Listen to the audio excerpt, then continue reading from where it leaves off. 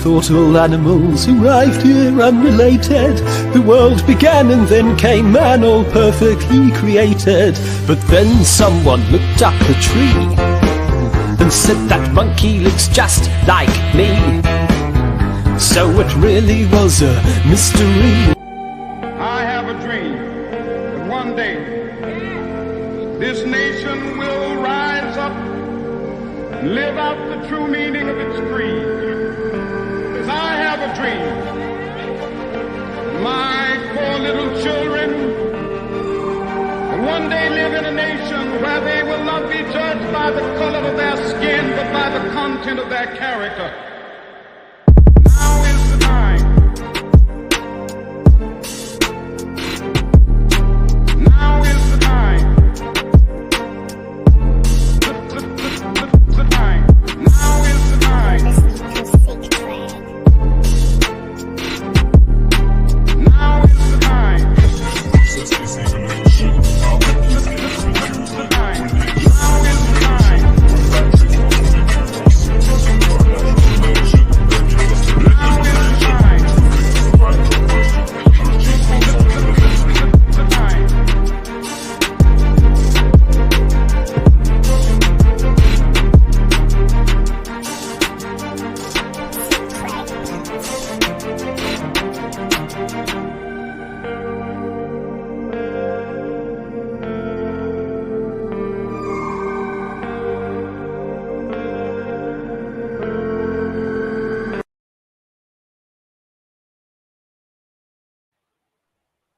All right, so we here live with this debate. Go ahead, Craig. Man, debate everything over here. This is a paradigm shift. The whole effing show event. We got our brother Steve Caballero versus Google Scholar. Today July the 29th. Y'all here? Y'all supposed to be here. Y'all supposed to be here. I know we on black people time, so it started a little late. Not that late, no more, but 20 minutes. Yeah. The debate topic was Charles Darwin a racist? And did his ideology help to overturn the scientific racism? And our brother Steve gonna tell you his position. And our brother Google Scholar gonna tell you his, but I'm gonna let the other hosts introduce themselves and what they think about this debate, and let you know about them. Go ahead, nobody. This is Mr. Nobody. Y'all know who it is. Y'all already know me. I go by the name of Nobody. I always trying to tell everybody about somebody who can save anybody, and that is Jesus Christ. Welcome back to another episode of Paradigm Shift TV 314 in collaboration with the whole effing show. Got the brother Craig in the building today. As he already said, man, we got the brother Steve in the building. We got Google Scholar in the building. And, man, hey, this debate right here should be a born burner, man. You know me, man. I'm just here to listen in, man, make sure everything goes smooth and flow smoothly. I don't really know too much about Steve, but I do know the boy Google. And when it comes to this Charles Darwin stuff, I gotta admit, man, Google be on his thing, man. But I ain't gonna hold y'all too long. I'm gonna put the show back in the hands of the host, and I hope y'all tune in, and I hope y'all stay entertained. Let's go. Hey, also, you is a host, brother, and a moderator. We do it a little bit both. We like a hybrid over here, so you both. Mika Wash. About y'all. Oh yeah, no problem. I'm here. The prophecies. I'm here in the building. I'll just be moderating time mostly, and then I'll be probably asking some questions if I'm intrigued. We're gonna see what these brothers can do and see what kind of education they can drop on us. All right. So do we have to tell the rules of the game? Which one of y'all want to tell the host? Go ahead, nobody. You tell the rules of the game. You got it on you. I need to do it. I got you, big bro. You know I got you. When it comes down to the rules of engagement for tonight, we're going to have 5-minute intros for both brothers.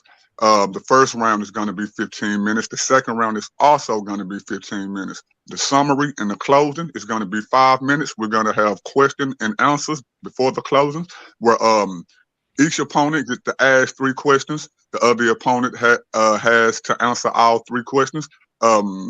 I guess we'll get them like a minute and a half to answer each question, so everything won't get too long-winded, you know. And that's pretty much the rules of engagement for tonight. All righty. Y'all already know. Google, Steve, how y'all doing today? How y'all brothers doing? Peace. How's everybody doing? Y'all ready? I'm ready. Yeah, you ready? Yeah, we gonna flip the card. Bang! It's you first, Steve. The card already was flipped. All right. So yeah.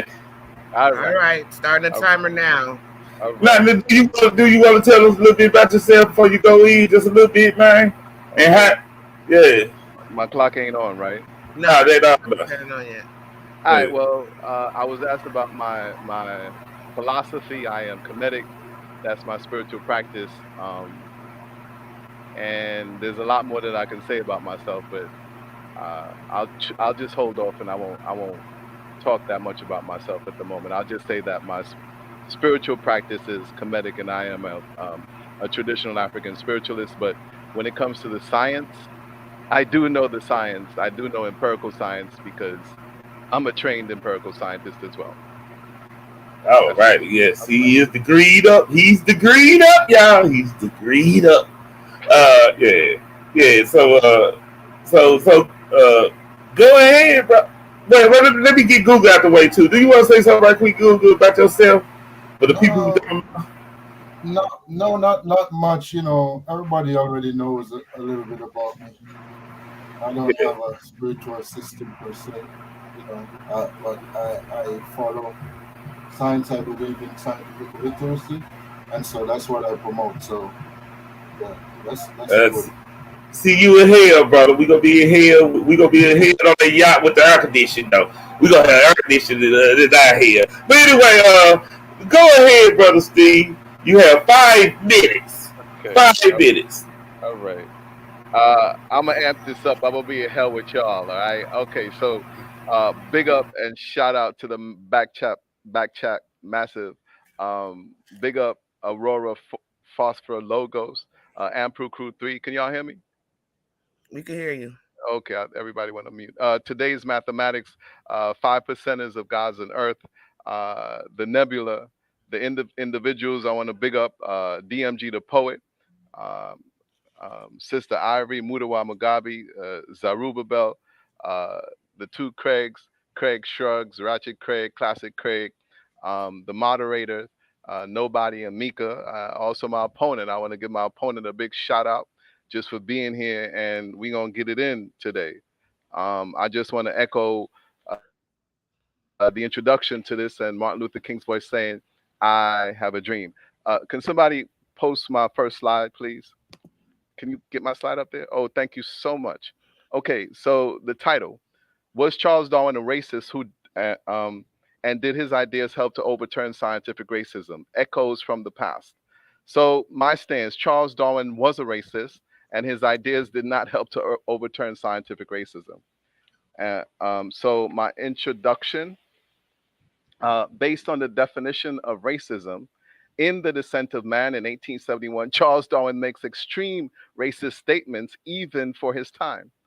The first definition of racism that I will be using is more of a personal one and an individual one. And what it says is that that's the second slide. If you can move on to the next slide, please. And if you notice on my first slide, I had Frederick Douglass up there.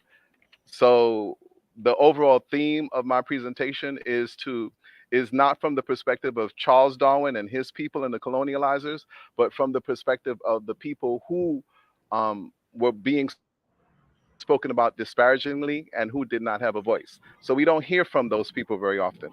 Okay, so Charles Darwin is a racist, and in his book, The Descent of Man, written in 1817, he makes extreme racist statements. So the definition of racism, the first one, a form of prejudice that assumes that the members of racial categories have distinct characteristics, and that these differences result in some racial group being inferior to others.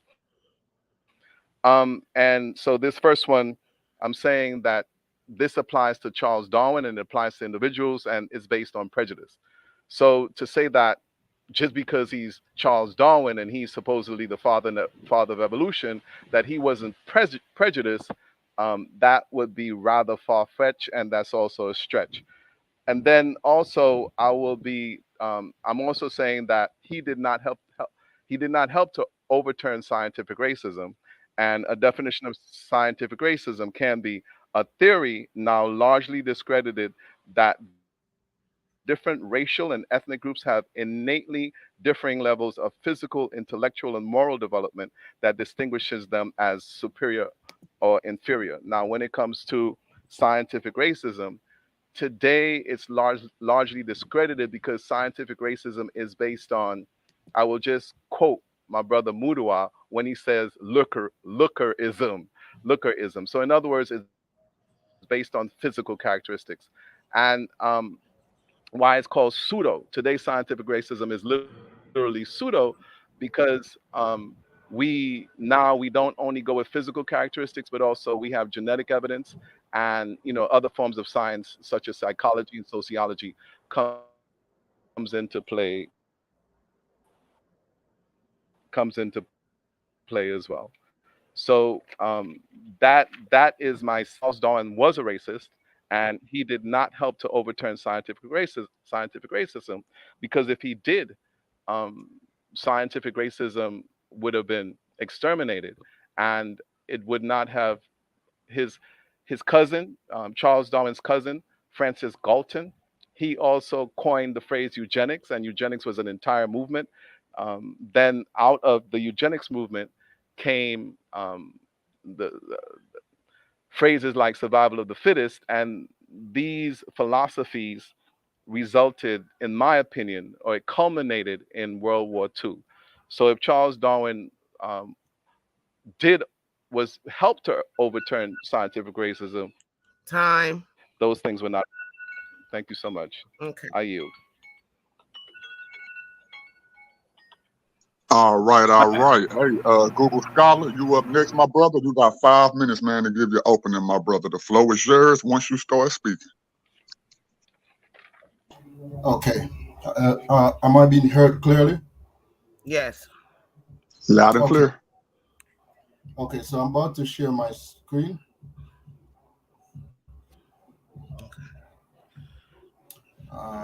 Let's see the window. Oh, wait, let me look down here. Which screen you sharing? Okay, gotcha. I'm going to start with my presentation. Do you see my screen coming up on there? Let me see. Let me know when you see it. Yes, we see it. We see it, brother. It says I'm sure. Is this your screen or is this Steve's screen? So, the brother. Let's be Steve. I'm seeing. Yeah, that's Steve. Google, he sharing on most, so you should be able to pull up. Let me see. Big up to Harriet Tubman. Big up to Harriet Tubman. Okay. Big up. There you go. Okay. Yeah, there you go. Should I stop sharing? No, go ahead. If you're on the wrong page, you could switch pages and click share this page instead. Do you see it? It will pop up at first. I don't know what happened. It popped up at first. Hold on, let me pause your time. Yeah, pause the time. You got to pull it up. Until you pull it up first, you get to start. Popping up as screens within screens. It's like. Yeah, you got to share the tab, so you got to click share this tab instead. I clicked share my entire screen. Are you seeing it now? Okay, there you go. We got your screen. Okay, can I just speak for 1 second? Audience, please be reminded that we don't have any judges. There you go. Okay, I'm starting your time now. Okay, cool. Okay. All right. So the brother just went and he laid out the case that I thought he was going to make. Now, I want to be clear that his information is steeped in an idea that we call presentism. And if you see on my screen, the definition of presentism is in literally an historical analysis.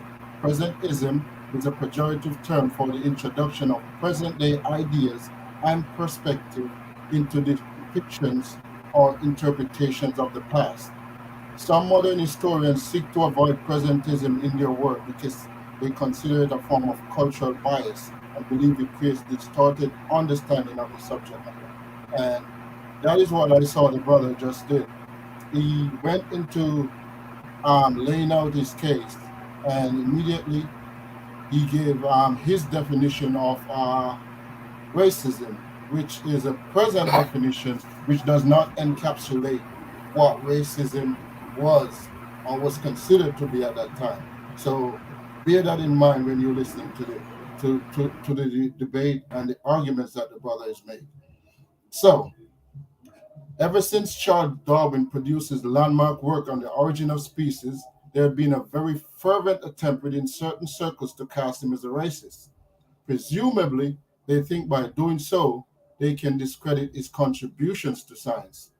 This especially comes from a section of religious conservatives called young earth creationists. They have littered the internet with all kinds of defaming and demeaning articles promoting the lie that he was a racist and that his racism and bigotry was the reason for the ideas for the diversity of life. Today, here, we are going to dispel these notions and correct the record to give everybody a firm understanding of this man, but also how his landmark work has helped to fight to destroy one of the most insidious form of bigotry that this world has ever known, a bigotry we call scientific racism. I know Steve, my opponent, is not being malicious in or attempting to mislead the people, but I fear that he's suffering from he's being led by a group of people who are doing this on purpose. They're being misleading on purpose to drive away from the idea of the science. And so Steve, by the end of this, he will see the errors of his methodology and will correct it.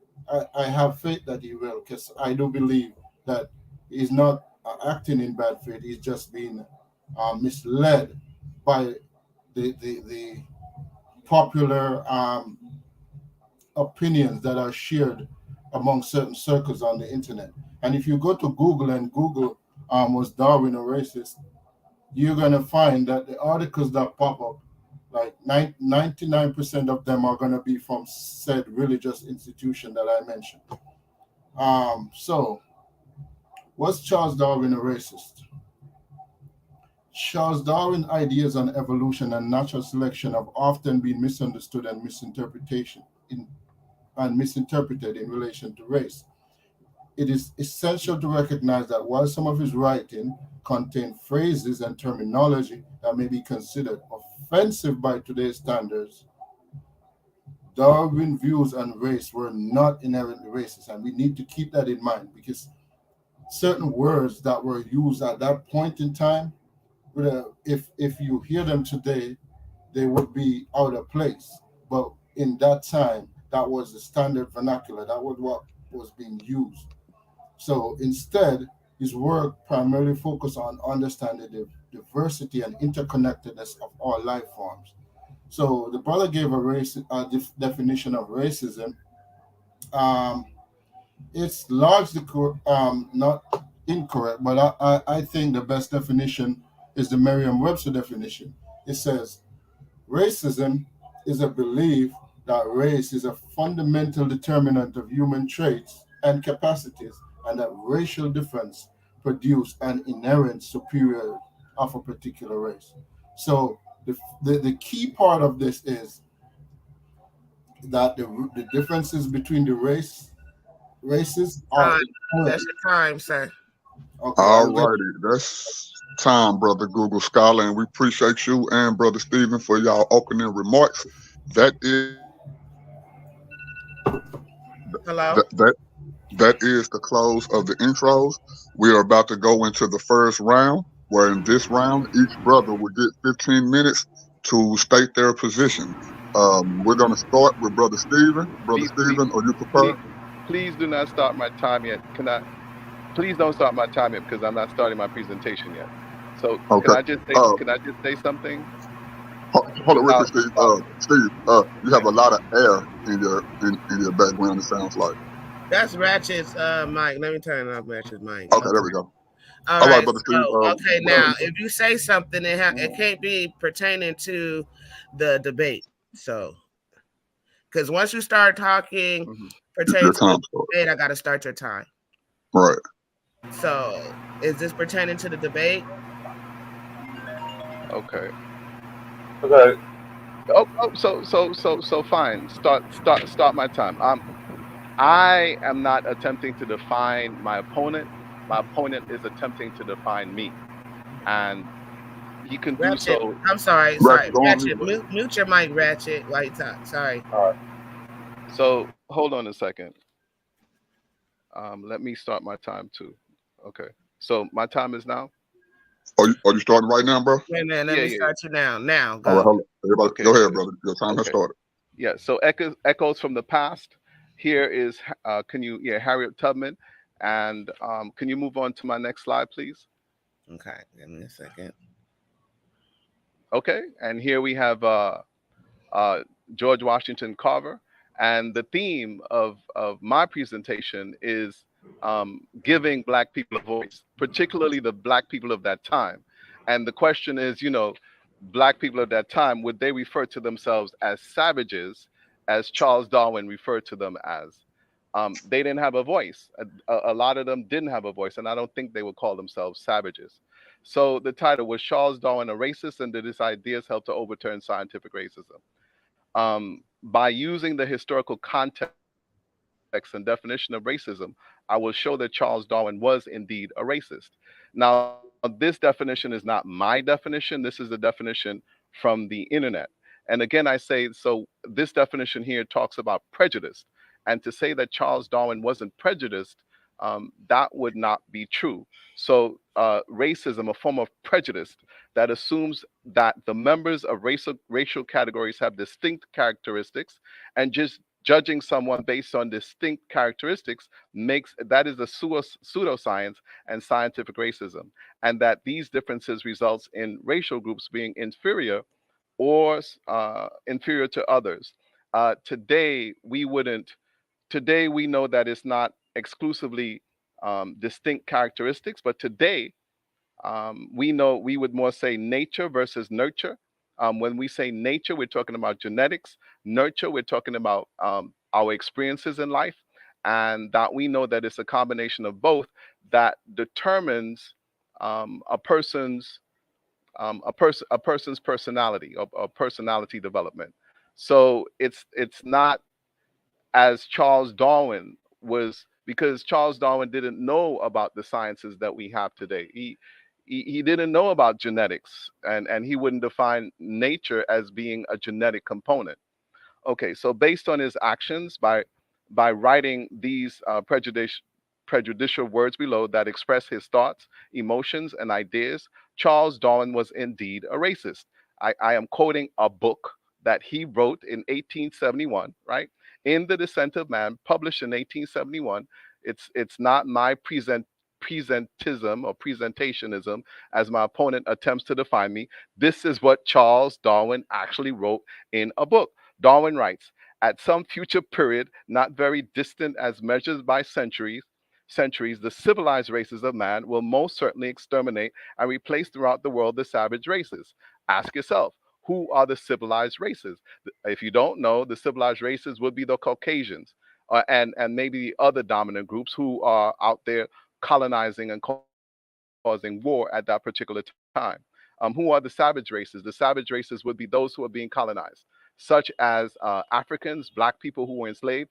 The people of India, the people of China, these are the savage races. The people of Australia, the native Australians, these are the so-called savage races. And black people at that time did not refer to themselves as savage. Savage cannot be a compliment, and I don't think black people were complimenting each other, calling each other savage. That is a derogatory term.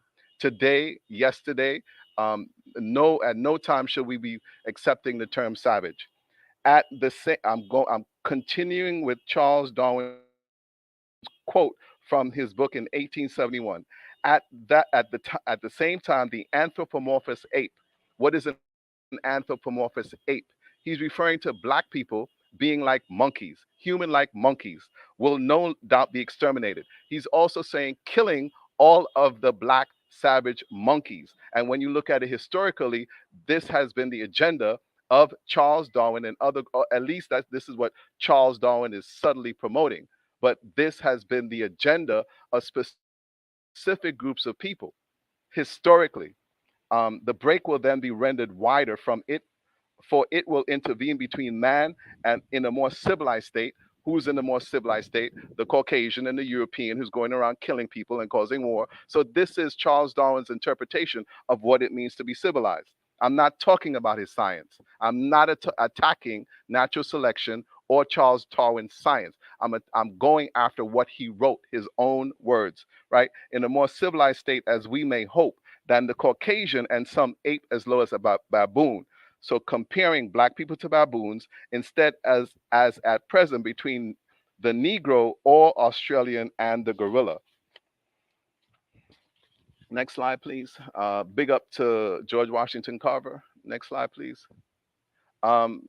Big up to this brother here, Benjamin Banneker, and we know the history of Benjamin Banneker, his contribution to American history. And with Benjamin Banneker hearing what Charles Darwin wrote, what would Benjamin Banneker say about Charles Darwin's writing? Based on his own words and the definition of racism, Charles Darwin was a racist. In The Descent of Man, published in 1871, Darwin writes, at some future period not very distinct as measures in centuries, the civilized races of man will most certainly exterminate and replace throughout the world the savage races. Another definition of racism. This one is a broader definition. That's and let me just read it. The term is also applied racism. The term is also applied to political, economic, or legal institutions and systems that engage in perpetuate discrimination on the basis of race or otherwise reinforce racial inequities in wealth and income, education, healthcare, civil rights, and other areas. So based on the above definition that speaks to political, economic, legislative, and systemic power, Charles Darwin and his wealthy family are described as abolitionists, but they were also white supremacists and racists that benefited from English colonialism and imperialism. And over there on the side, at the bottom right, I also have a map of the size of the English Empire in 1871. And notice that England colonized North America, Canada. They had colonies. Look at all of that red down there in Africa. They had colonized Australia, and they also colonized the subcontinent of India. They also had colonies in in China.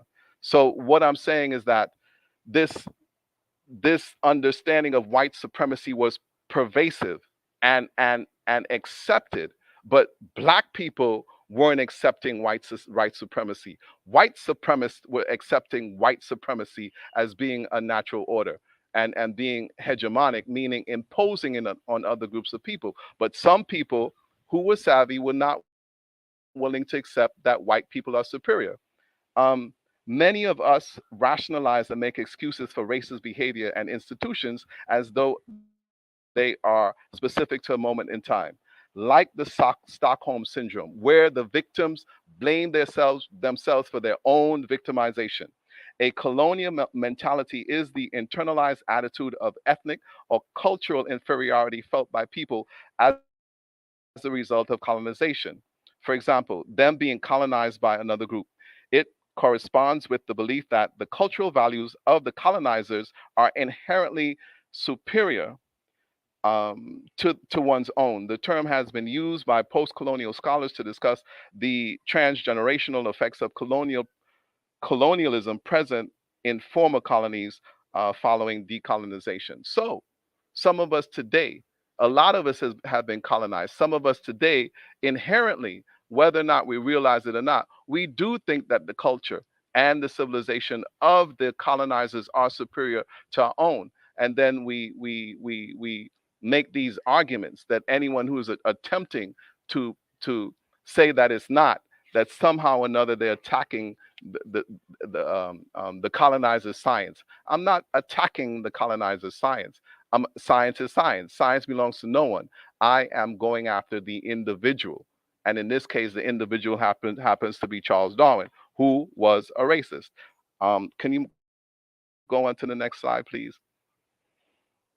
The next slide, please. Thank you very much. And in this next slide here, we have that's an image of Queen Nani, Nani of the Maroons. My opponent, Dennis Trope, knows well about Nani of the Maroons. What would Nani of the Maroons have to say about what Charles Darwin wrote? These are people who lived through the experience. If Dennis Trope or myself say that we lived through chattel slavery, we would not be forthright. We would be disingenuous. So then and now, across the historical timeline, the words of Charles Darwin make him a racist. At the same time, the anthropomorphous apes. This is his quote from The Descent of Man in 1871. I am holding on to this quote because it's very important and it's specific. Will no doubt be exterminated. The break will then be engendered wider, for it will intervene between man in a more civilized state, as we may hope, than the Caucasian and some ape as low as a baboon, instead of as at present between the Negro and Australian and the gorilla. Again, the anthropomorphous ape. Who are the human-like apes? These are his words. I will ask him. I might even ask my opponent. I will ask the audience. Who are the anthropomorphous apes? Who are the human-like apes? These are his words. I'm not making this up, and I didn't write this, right? Who is Charles Darwin promoting the extermination of? Now, when we look at it historically, some of us, we may not realize, but chattel slavery was genocide. In other words, the goal of the colonizers, you could look at Nazi Germany. What was the goal of Hitler and those Jews in the concentration camps? Where did they learn that from? They learned that from chattel slavery. So the goal was to work the chattel slave to death and to exterminate all of them. They came up with laws about miscegenation and race mixing and Morun and Octoroon. So these folks, their goal is the preservation of their race, and race isn't even biological. Then what race is in a civilized state? So Charles Darwin and others, they rationalize their behavior. And they say, well, then what does it mean to be civilized? They won't say that to be civilized means to dominate and cause war and enslave others, but that is their version of civilization, of being in a civilized state. And if you're not capable of doing that, then you're a savage and you're uncivilized. I think they have it a bit twisted, right? This is backwards. But other than that, what are the Negro and the Native Americans being compared to? In Charles Darwin's quote, the Negro and the Native American, the Native Australian, they're being compared to apes. So Charles Darwin is saying that the Negro and the Native Australian is closer to apes, and that the Caucasian is far removed and in a civilized state. But what is that civilized state? That is a civilized state of war and domination and enslaving others, destroying nature, destroying the environment, and domination. Okay, who and what are the so-called savage races? As I've said before, the savage races, if we're not clear by now, the savage races are the Black Africans and the Australians. It might also be the people on the subcontinent of India, or the people who are being colonized, the people in the Philippines. And then, so in talking about, and just having conversations about this upcoming debate with members of the back chat, Mudiwa Mugabe, he sent me a link. And it was to It says top 10 anti-slavery quotes from Charles Darwin, The View of Life. And one of the quotes says, it is impossible this is Charles Darwin, right? And this is supposed to be anti-slavery. He says, it is impossible to see a Negro and not feel kindly towards him. Such cheerful, open, honest expressions and such fine muscular bodies. Now, what Charles Darwin is describing here is a Sambo. And those of you who have studied African and African American history, you know what a Sambo is. A Sambo is that good Negro, right? I could call him something else. That N-word. That's that Sambo, that cheerful Negro. Now, how could someone earnestly or honestly be cheerful being in the state of a slave or being enslaved? And then Charles Darwin goes on, and here is the scientific racist piece as well, to start to describe his body as being fine, muscular bodies, right? So here, Charles, even in his quotes that are supposed to be not racist, we find racist words and sentiments being used. But other than that, what were the black people at the time? What did they have to say about Charles Darwin, and what did they have to say about their position in life at that space and time? And that explains why in the background you might say it's presentationism, but yes, silhouetted.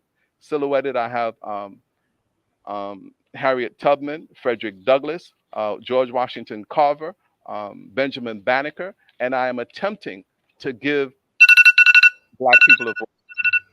That's time, my brother. But my brother, go ahead and make your last point that you was making. Yeah, make your last point. That is my last point, and I yield the floor. Thank you so much. Okay. I appreciate it. Can I say something real quick? You guys. Go ahead. Wait. Go ahead. I'm trying to stop this timer from going off. Okay, so can you guys in the chat, can you guys be respectful? You know, that's all I'm gonna say. Just be respectful. Thank you. Yeah. All right. Please be respectful. Go ahead. I can't see what they're typing in the chat, and it doesn't really matter to me right now. No.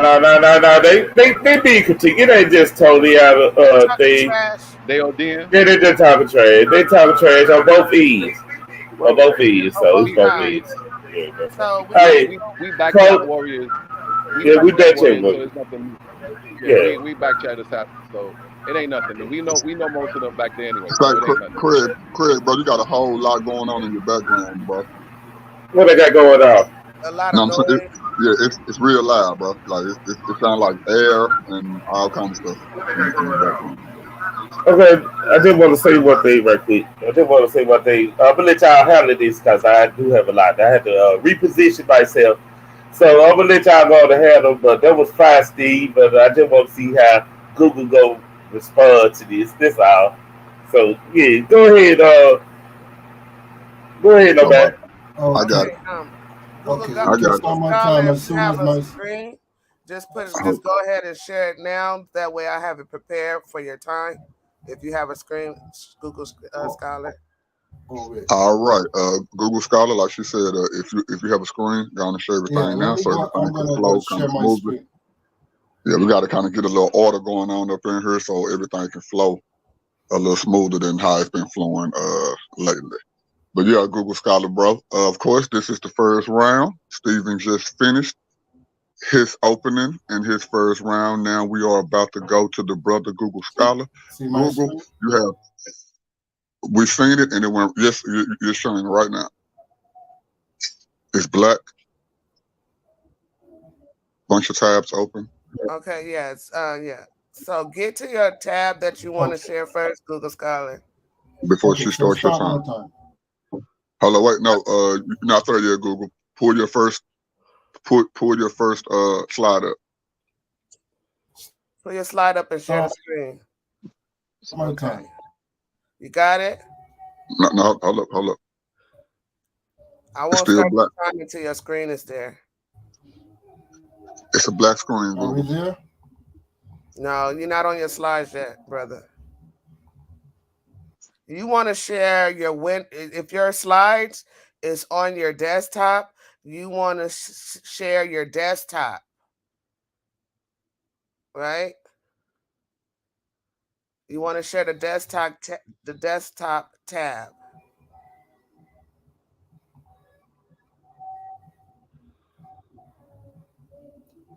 I want to share my entire screen. Okay, share it.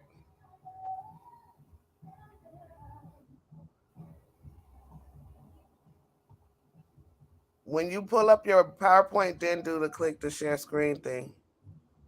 Okay, got it? Did my screen come up now? Okay, now you got to pull up your, once you pull up your PowerPoint, we'll get started. All right, we good. You see my Your PowerPoint? time starts. Yeah, your time starts now. Okay. All right. So Steve did exactly what I said he was going to do. He was going to use presentism. What I didn't expect him to do was to use an appeal to emotion to buttress his point. But that's all right. Let's get into it. The first thing that I see him doing is that he used the word or the phrase anthropomorphous ape to refer to humans, saying that Darwin did that. Because what Steve was doing, he was reading a few quotes here and there, but it was mainly his commentary on top of it. So the term anthropomorphous ape in Darwin's work is not referring to human. And if you don't believe me, go look it up. It's in The Descent of Man. Anthropomorphous just means shaped like a human being. You can also look up that definition on Google. Shaped like a human being is referring to the human-like apes, the gorilla, the chimp, the orangutan, those human-looking apes. Those are what we call anthropomorphous ape. So it wasn't referring to humans. So that is something that you need to correct, Steve. Now, Steve also read a few out of context quotes from Darwin. And it's exactly what I said he was going to do. He was going to refer to people who are doing quote mining. And if you don't know what quote mining is, it's taking quotes out of context to misrepresent somebody or to say something that somebody isn't saying. So that's what I predicted he was going to do, and that's what he do. So let's instead of reading commentary from Charles Darwin, from people telling you what Charles Darwin meant when he was speaking, how about we go to Charles Darwin himself and see what he says? Because what I see happening is selective quote mining and distorting facts to suit a particular narrative. All right. So the first thing we have to establish is that race is not used the same way today as it was used back in that day. Whenever you come across race in a particular setting in Darwin's work in that time, it generally refers to varieties. Another word maybe species, though it's not exactly the same thing, but it is similar. It is not referring to race like we use race in the context today. So it's important to note that. All right. When we go through, you will see why it's important to me. So what did race mean to Darwin? So that's basically the same idea. For him, race was varieties. Everything, every living thing is variety. And we can prove that by, looking at these quotes. He's talking about plants here, about, say, several races of cabbage, for example. So race that what is You in the views matrix of on this race, school. different species. Okay, there you go. I'm sorry? Never mind. There you go. You sound better. Go ahead.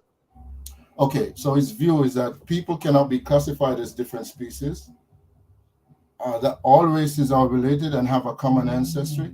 All people come from savage origins, and you notice I put the savage in the quote because I'm going to get to that too. The different races have much more in common than was widely believed. the mental capabilities of all races are virtually the same, and there is greater variation within races than between races. Also, different races of people can interbreed, and there is no concern for ill effects. If we were different species, like was led to believe, then that would not be possible. Also, that culture, not biology, accounted for the greater differences between the races, and races are not distinct, but rather they blend together. So we're going to go through these each one, and you looking at that from your view, you're saying, but wait a minute, those are not the views of a racist, and you're right. But let's go through them one by one. So people cannot be this right, and this is Darwin is in his own words. He says, as it is improbable that the numerous and important points of resemblance between the several races of man in bodily structure and mental faculties should all have been independently acquired, they must have been inherited from progenitors who had these same characteristics. In speaking about a certain knowledge naturalist or naturalist of the day, he says our naturalists will have been in some degree influenced by enormous range of man, which is a great anomaly in the class of mammal, if mankind be viewed as a single species. So Charles Darwin is saying here that you would see even though you see the range of man, it is still saying mankind is a single species. That's not racist. That's not a racist view. So the people who are trying to quote him as a racist are actually doing misinformation. And the second thing, he says all races are related and have a common ancestry. Again, these are his views. Now, when the naturalists observe a close agreement in numerous small details of habits, tastes, and disposition between two or more domestic races or between nearly allied forms, they use this as an argument that they are descended from a common progenitor who was thus endowed, and consequently that all should be classed under the same species. The same argument may be applied with much force for all the races of man. So this is just saying the same way when we look at say cabbage, Brussels sprouts, and all these things, we see they come from. We can easily determine they come from one common thing. Same way when you look at all the races of men, we can see that they are all the same. It's just saying the idea of race is superficial. All right. We are naturally led to inquire where was the birthplace of man. It is therefore probable that Africa was formerly inhabited by extinct apes closely allied to the gorilla and the chimpanzee, and these two species are now man's nearest allies. It is somewhat more probable that our early progenitors lived on the African continent than elsewhere. So again, this is showing that all humans have a common ancestry. These are Darwin's words. These are not some guy on the internet or some guy writing a book saying that he was a racist. All people come from savage origin. And the term savage, we understand what the implications of it are. But you have to understand that in the time that he was writing, this is the lexicon. These are the popular vernacular. Now, him using it and understanding that term would be offensive, that would classify him as a racist. But in using the vernacular at that time, there was no indication in the mind of him using it that this was something offensive. He was just using the common vernacular. And from his words, you can see that it's clear that this is not some ill will or somebody trying to be offensive or somebody having a thought that the other people are less than. He says, as it is improbable that the numerous and important points of resemblance between the several races of man in bodily structure and mental faculties should all have. Okay, I went over that already. Let me go this. Man may have been excused for feeling some pride at having risen, though not through his own exertions, to the summit of the organic scale, and the fact that having thus risen, instead of having been aboriginally placed there, may give him hope for a still higher destiny in the distant future. So what he's basically saying that we come from humble beginnings, and we should be proud of the fact that we have risen to the height where we are at the top of the food chain per se, if in other words. So he's basically speaking about our humble beginnings there. He's not savage beginnings, humble beginnings. It's unfortunate when you look back at it when you're using presentism, but that's the popular vernacular at the time. Let's move on. The different races have much more in common than was widely believed. Again, this is Charles Darwin's words. Although the existing races of man differ in many respects, as in color, hair, shape of skull, proportions of the body, yet if their whole organization be taken into consideration, they are found to resemble each other closely in a multitude of points. Even the most distinct races of man are much more like each other in form than it would at first be supposed. That's on in the descent of man. These are his words. Different races of people can interbreed with. I don't even have to go through this, right? Because we know that this is true. Because we live in a modern world where there are all kind of mixed race people living among us. So that goes without saying. It's culture, not biology, accounted for the difference between races. And this is another thing when Charles Darwin is talking about the savage races. And what he's meaning is that when he's saying savage races, he's not talking about their capabilities. He's talking about their level of culture, what they have achieved. And looking at it from a 2023 lens, it can sound racist, especially when you get people who are trying to spin a certain narrative. But all he's saying is that in terms of culture, they are not as developed as certain other groups. And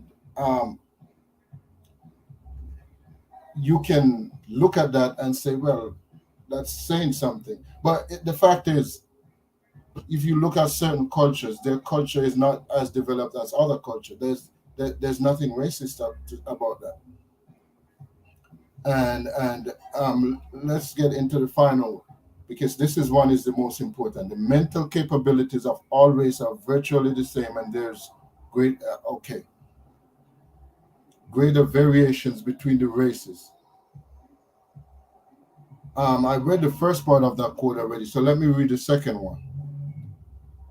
Many of these are so unimportant or of singular nature that it is extremely improbable that they should have been independently acquired by aboriginally distinct species or races. The same remark holds good with equal or greater force with respect to the numerous points of mental similarity between the most distant races of man.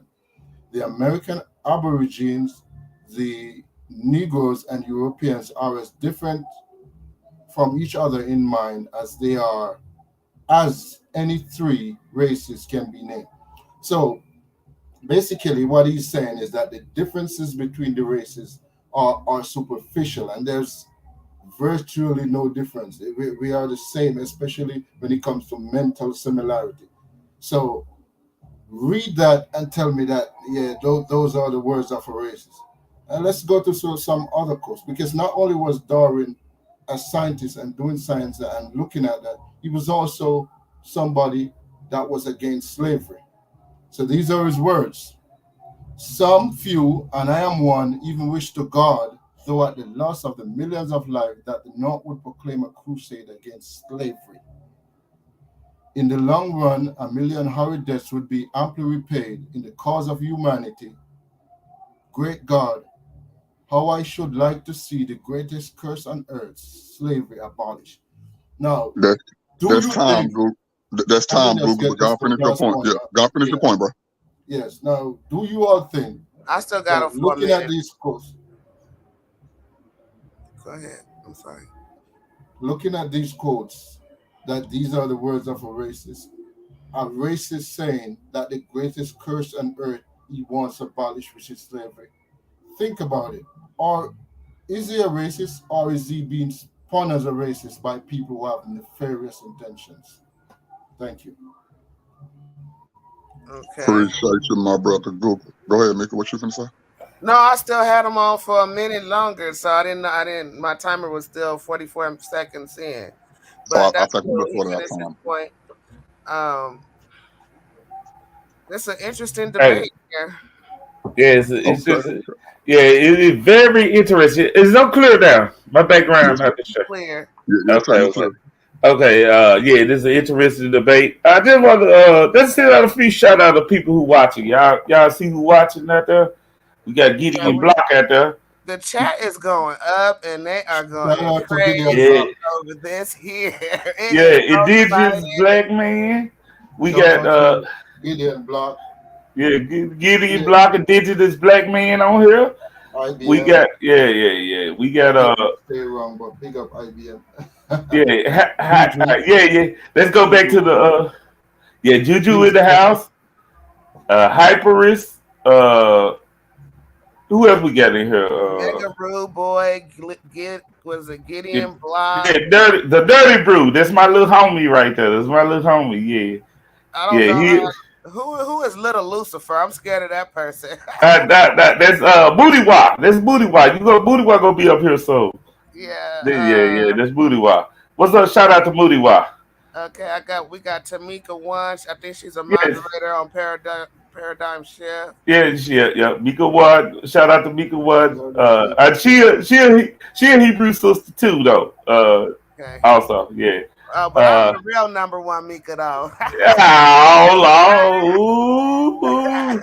All right, y'all. Mega All right, rude y'all. boy. Yeah. That's kind of bring it It's back to Cedric. what we are here for tonight. Let me get Cedric Ortega in here. Let me get Cedric Ortega. Pseudo killers in the building. Yeah. Yes, sir. Then Elijah. Big And up DJ Sutek too. Shursky. Sutek in the building. Yeah. Yeah, it's Sutek in the building. Shout out to Sutek. Elijah. All right. All those people that have been shout out in the chat tonight, we hope that when it's time for the audience to come on and we drop their link, we hope that y'all hit that link and come ask both of the brothers some questions based off the topic that we have tonight. If I could interject this real quick, Steve, Google Scholar, before we go into the second round, do y'all mind if I give each of y'all 5 minutes apiece to rebuttal what y'all already heard, or do y'all just want to jump right into the second round?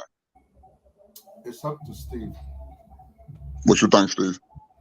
I don't need a whole 5 minutes. I just have some follow up based on what he says, but I don't need No a whole 5 questions. minutes. I could build. Not a question No, round, it's not just questions. to It's not respond to questions. some of the stuff you It's heard. just yeah. I'll build that into my 15 minutes. Yeah, they 15 minutes. They didn't build it to Okay, 15. let's move to the second round then. In this second round, of course, just like the first round, each brother's got 15 minutes. Stephen, when you start talking, the floor is yours, my brother. Okay, and let's be mindful. You don't have to use your whole 15 minutes. If you're done and you could get your complete thought out, that's fine. Just let us know. You feel me? But if you No, want to use your whole 15 minutes, go ahead. All right. And so we're doing a 15 I'll minute. use my whole 15 minutes. Yeah. Okay. Oh, should I put this on an hour? Can we move on to this? Y'all ready? Stephen, you ready? 1 second. All right. Can you move on to my next slide, please? Okay. There we Let's go. go. This slide? Okay. Wait. Yeah. Okay. Yes, that's the slide. All right. So in terms of the anthropomorphous ape having a shape like a So you human. ready? Let's go. Time start right now. Go ahead, Steve. Yeah, having anthropomorphous ape being human-like, that to me that's not clear enough. And unless you're able to explain that more clearly, which my opponent really isn't doing. My opponent appears to be at this point in time what I would call a Darwin apologist, and they would apologize for almost anything that the colonizer has done, and just rationalize away their statements. In terms of Darwin being an abolitionist or being against slavery, Yeah, but did he and or his people experience the hardships of slavery? Were they didn't go through that? And you have abolitionists such as Harriet Tubman, Frederick Douglass, so many of black abolitionists. What would they don't have a voice. They didn't have a voice. They weren't being heard. What would they say about what Charles Darwin wrote? Right? That's key to my presentation. That black people, enslaved black people from the 1600s going into the 1800s, um, as well as colonized people, they did not have a voice. And I'm attempting to bring voice to those people. So some of them, well, Steve or Kemite, how can you do that? Yeah, I can do that very well without being a presentist, as my opponent tries to label me as being proud of my ancestry and also being proud of my culture. Also, my opponent says that some cultures are better than other cultures, or greater than other cultures, or more rich than other cultures. That in and of itself is racist. If the culture is made up of particular groups of people, ethnicities that we today we would call a race, how could anyone say that one culture is better than, or greater, or more rich than any other culture? That to some can be described as being a racist. So now I'm going to say that my opponent is a Darwin apologist, and Darwin could do no wrong. But then also he is admitting that some of the things that Darwin said are racist. It's just that he's trying to couch it and frame it in such a way that as it being not racist. I will show that Darwin's ideas did not help to overturn scientific racism, but based on the definition and his actions. So Zerubbabel, he's the one who reminded me of the title of Darwin's book, The Origins of Species by Means of Natural Selection.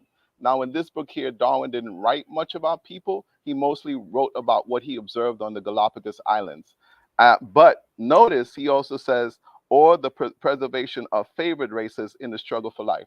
Now, as my opponent was talking about races in that type, but Darwin was clearly wrong, because we no longer refer to animals and plants as being racist.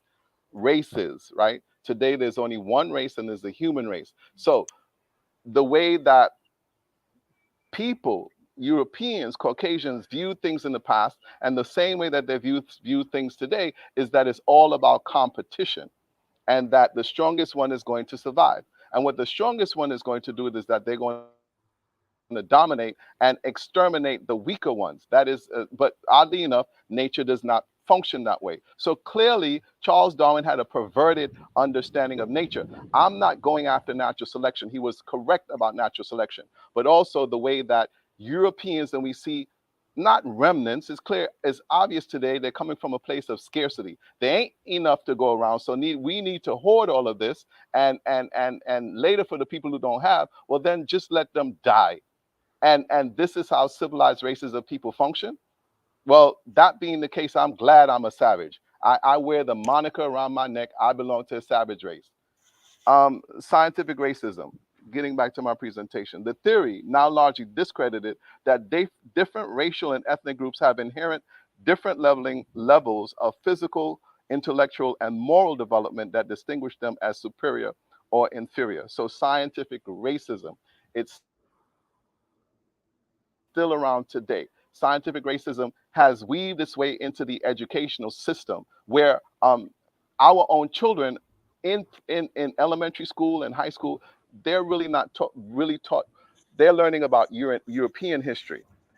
Then they don't learn about their own history unless they research it on their own. So how does this relate to scientific racism? Well, in scientific racism, mostly looks at physical characteristics. And so in 1859, The Origin of Species, I'm going back to this title here, The Preservation of the Favored Races and the Struggle for Life. Although not writing about human evolution, the title of his book was changed to hide his racist, white supremacist sentiments and ideas. Why today, if you look for the book, it's just going to say The Origin of Species. It's not going to say the preservation of favored races and the struggle for life. So there's something going on here, and that's clear. This is not conspiracy. Some might label it as being conspiracy, but why would they change the title of the book? Darwin didn't change the original title of the book. Is because Europeans know that they were wrong. When my opponent talked about all of these different races, yeah, they had everything was a race. A tree was a race, all of these races. But today there's only one race. So that European mentality of competition and survival of the fittest, and only the dominant is going to survive. And the goal is to exterminate the inferior races, or inferior groups. We see that that's what's going on. That is what has prevailed throughout history. But is that what it means to be civilized? Again, so in The Descent of Man, 1871, Darwin cites the work of a leading ethnologist, like the study of ethnicities. I gather that that's what they did in 1871. J. Bernard Davis and Paul Broca in linking. And here, what they're saying, so Charles Darwin wrote this in his book as well. They're talking about cranial capacity with racial and ethnic hierarchies. Um, so again, Darwin's next slide, please. Mika, next slide. Okay, thank you very much. Over there at the side, yeah, presentism. Yeah, I'm gonna be a presentism all my day. Over there, we have Toussaint Louverture. All of us, even though it may be a meme and it's not how he actually looked, those of us, we should know who Toussaint Louverture is. What would Toussaint say about Charles Darwin and Darwin's writings, right? So Darwin's ideas did not help to overturn scientific racism. The belief that and the other piece is that sometimes when these presentations, they try to be purely science-based, if you ask me, it's a bit boring. So am I trying to bring flavor and excitement and emotion to my, yes, I am. And I know good and well what I'm doing. Call me pseudo, call me whatever, but reading them scientific texts and just read, it's boring. And I'm trying not to be boring, right? The belief that there exists in man some close relationship between the the size of the brain and the development of intellectual faculties is supported by the comparison of the skulls of savage and civilized races. So here we go again, right? They're savage, but they got a smaller brain. And what makes them a savage and less civilized than the Caucasian is because their brain is smaller, of ancient and modern humans. So the ancient ones, right? The black one and the Australians, they're the savages with the smaller brains. And the more civilized one, the more evolved one, or the Caucasians, I guess the ones with the bigger brain. And here they come up with some pseudo evidence because today it's totally discredited. And by the analogy of the whole vertebrate series, vertebrate, that's the backbone. Dr. J. Bernard Davis has proved by many careful measurements that the mean internal capacity of the skull in Europeans is 92.3 cubic inches. They got bigger brains, or they're able to hold more brain, more cranial mass in their head. In America, in Americans, 87.5. So though they have a smaller brain because they are the descendants of the Europeans over here in America who fought who won the Revolutionary War against the folks over there in England. They got a little bit smaller brains. In Asians, 87.1. They are so, and in Australians only 81.9 cubic inches. This is clearly pseudoscience. It's also scientific racism, and Darwin included this in his book, The Descent of Man. These quotes: "The most evolved part of the modern human brain," this is not in his book, we know this today, "is the prefrontal lobe. And modern humans, all modern humans across the so-called races, have a prefrontal lobe that becomes fully developed around the age of 28 or 30. And the prefrontal lobe is responsible for higher cognitive thinking. Now, certain things that we do can damage that prefrontal lobe, but I'm just stating what current science says, as opposed to what some of Darwin's writing and his pseudoscience was supporting. Also, if we look at Neanderthals had a larger brain, but they weren't smarter. If they were, then they would have been around today, and modern humans, or Homo sapiens sapiens, would have been extinct. But Homo sapiens sapiens were the smarter of the two, because of that prefrontal lobe, and Homo sapiens sapiens interbred with Neanderthals. So today today we carry Neanderthal genes, but we don't have that big brain like Neanderthals. We have a smaller brain, but we have a prefrontal lobe, which makes us smarter. Charles Darwin's actions, such as his writings and family history within the historical context of colonialism and imperialism, supported white supremacy and the pseudoscience of scientific racism. What would enslaved blacks and marginalized Native Australians say about the writings of Charles Darwin and scientific racism? From his writings in The Descent of Man, 1871, Charles Darwin's statements and actions did not help to overturn scientific racism. If it did, his cousin Francis Galton would not have popularized eugenics, and Nazis' atrocities in World War II would not have occurred. So World War II and Nazism and scientific racism, it's an offshoot of some of the things that Darwin was saying. Can someone tell me my time, please? I got 10 minutes left, correct? How much time I got left? You got 3 minutes. 3 minutes, thank you. Okay, Charles Darwin's cousin Francis Galton was a major. I'm sorry. I gotta watch my clock here. Go ahead. Right, major proponents of eugenics, a form of scientific racism. From Charles Darwin's family wealth, it can be assumed that they indirectly benefited from English colonialism and imperialism. Based on his writing about the civilized races and savage races, it can be known that Charles Darwin was a white supremacist and a racist. Whether it was accepted now, then we know that these statements aren't accepted today. When one thinks of scientific racism, the first thing that may come to mind is eugenics, the pseudoscience which deals with all influences that improve the inborn quality of a race, also with those that develop them to the utmost advantage. The next slide, please. And there we have, it says Black abolitionists. The next slide. Thank you. One may then immediately think of the atrocities carried out by the Nazi regime in Germany. The disabled, insane, infirm, and members of undesirable racial groups were either sterilized or murdered in order to ensure racial purity and strength. Not surprisingly, the Nazis were not the inventors of eugenics. This dishonor goes to Sir Francis Galton. And these are my words. One might also consider the atrocities inflicted on Black people during chattel slavery due to their race. How much time do I have left? What's my clock like? I got like a minute left. A minute and 30 seconds. Okay. So, to recap, my opponent is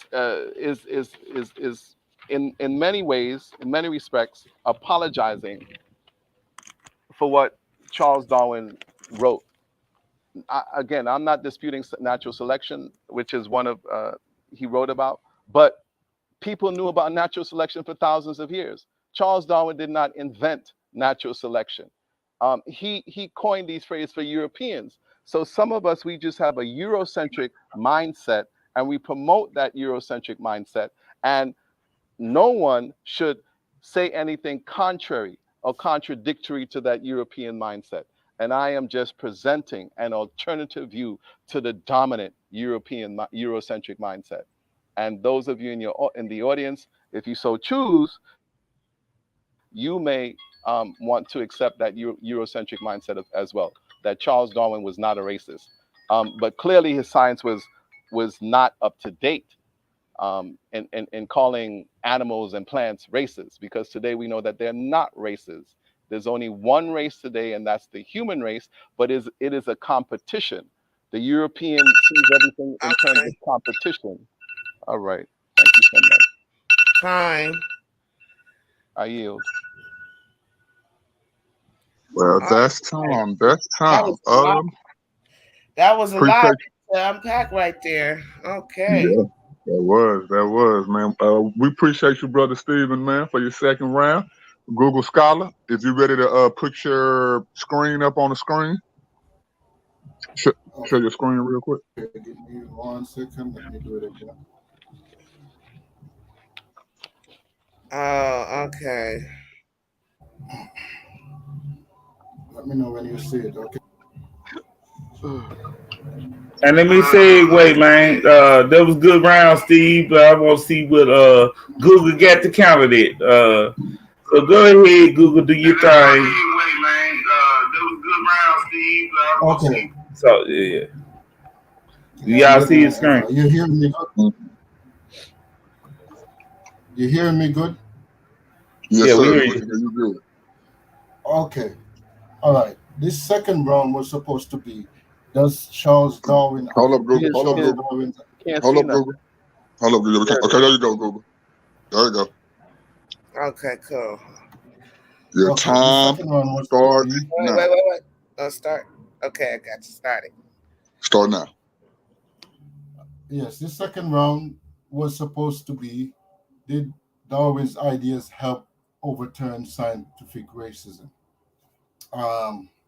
My opponents seemed to agree and disagree at the same time. I was confused.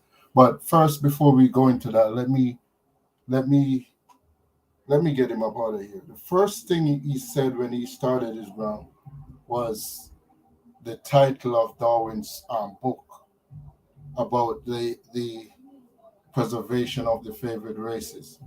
I started my first section by explaining what race meant. So I don't know what the confusion is. He even seems to admit that that book does not talk anything about men. This is dealing with plants and animals, about birds and cabbages. Everybody knows this. So when you come on here and say something like, even the book, the title of the book is promoting racism, it's kind of crazy. It's really kind of crazy, because that book has nothing to do with people, and the races in that title has nothing to do with race like we have race today. I said it before, I explained it. This should be clear. So I don't know what that was about. The other thing is, if we're going to talk about, did Darwin's ideas help overturn scientific racism? It's easy. It's a yes. Firstly, we have to understand scientific racism, and the brother had the correct definition of scientific racism. But you have to understand that the prevailing idea of the day, while Darwin around, was there were two ideas, and the number one idea was polygenism. Now, polygenism is a theory of human origins which posits the view that human races are of different origins, polygenesis. This view is opposite to the idea of monogenism, which posits a single origin for humanity. So basically, the prevailing view at that time was the separate races of human has separate origins, and Darwin's idea of evolution by natural selection is specifically against that idea. So we can end it right there. Basically, or we could end it right there. Basically, the idea of polygenism is against the idea of natural selection. Natural selection um, basically is basically the idea that all life came from common origin, and the diversity of life we see is just a result of evolution via the process of natural selection.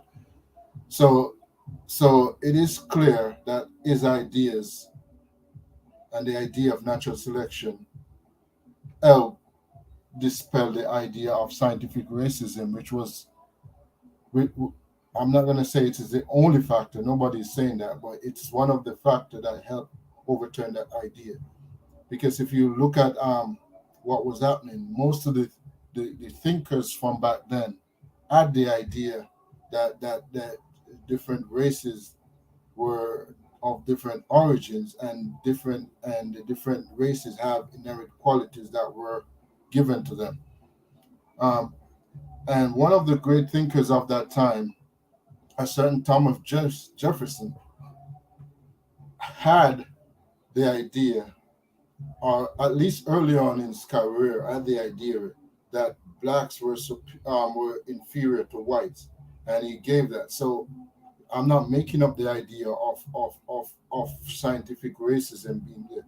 But if you look at the ideas of Darwin, they go totally against this. And I quoted to you some quotes from earlier in the presentation. It absolutely shows that he's against the idea of separate humanity being separate species, but we are one species. So there's no doubt about that. Also, Darwin had made several predictions in terms of what people should find in the past. And at the time of Darwin, there was not a fossil record, but, and they had placed the origins of human in Africa. And now today, a lot of that has been borne out by modern science and modern research. So again, the old idea of humans starting in Africa, that flies in the face of scientific racism. And so, yes, it is completely true that the idea of Darwin was a factor in the overturning of scientific racism. And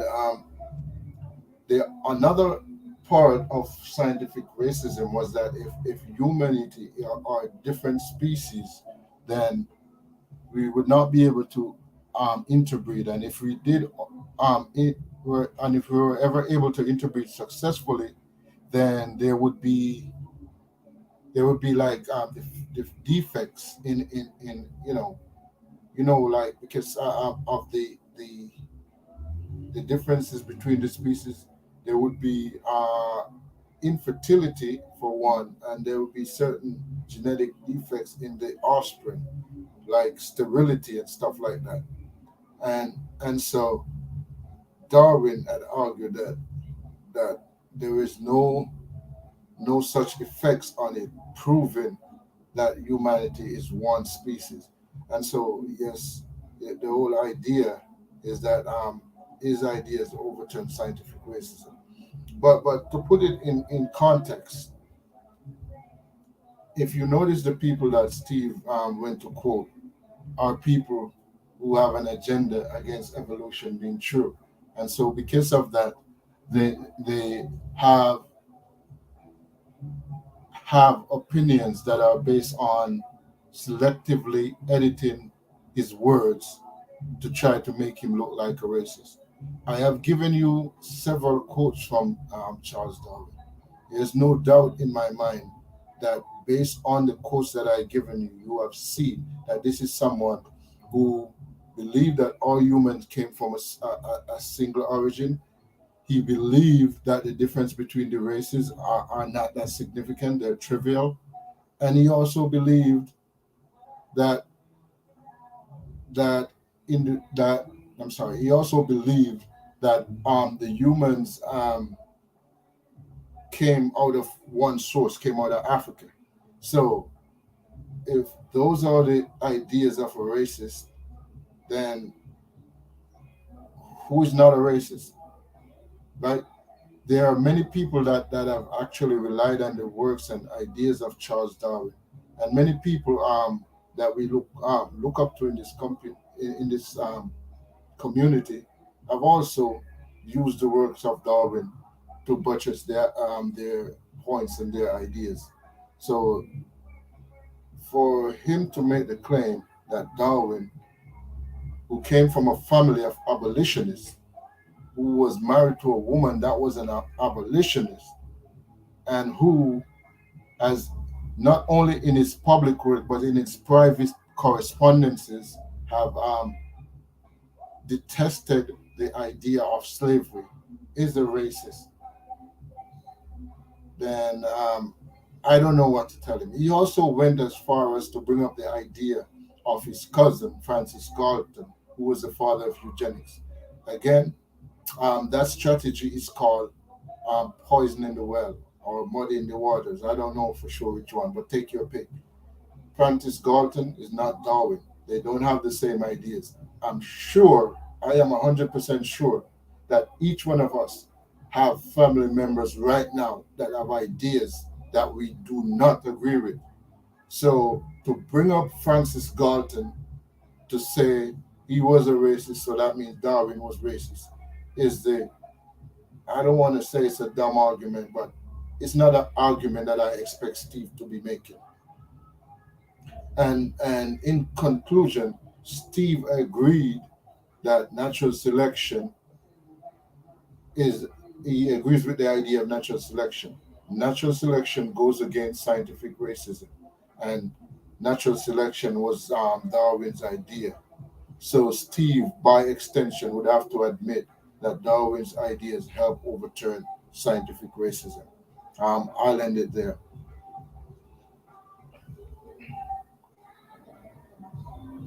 So you still have 5 minutes left, so you don't want your 5 minutes? No, You we're use your good. time, brother? No, All we're right. good. Let's get to All it. right. All righty, all righty. We appreciate you, Google, man. Hey, both of y'all brothers, man, y'all just did 2 rounds. Yeah, I think it was a good 2 rounds, man.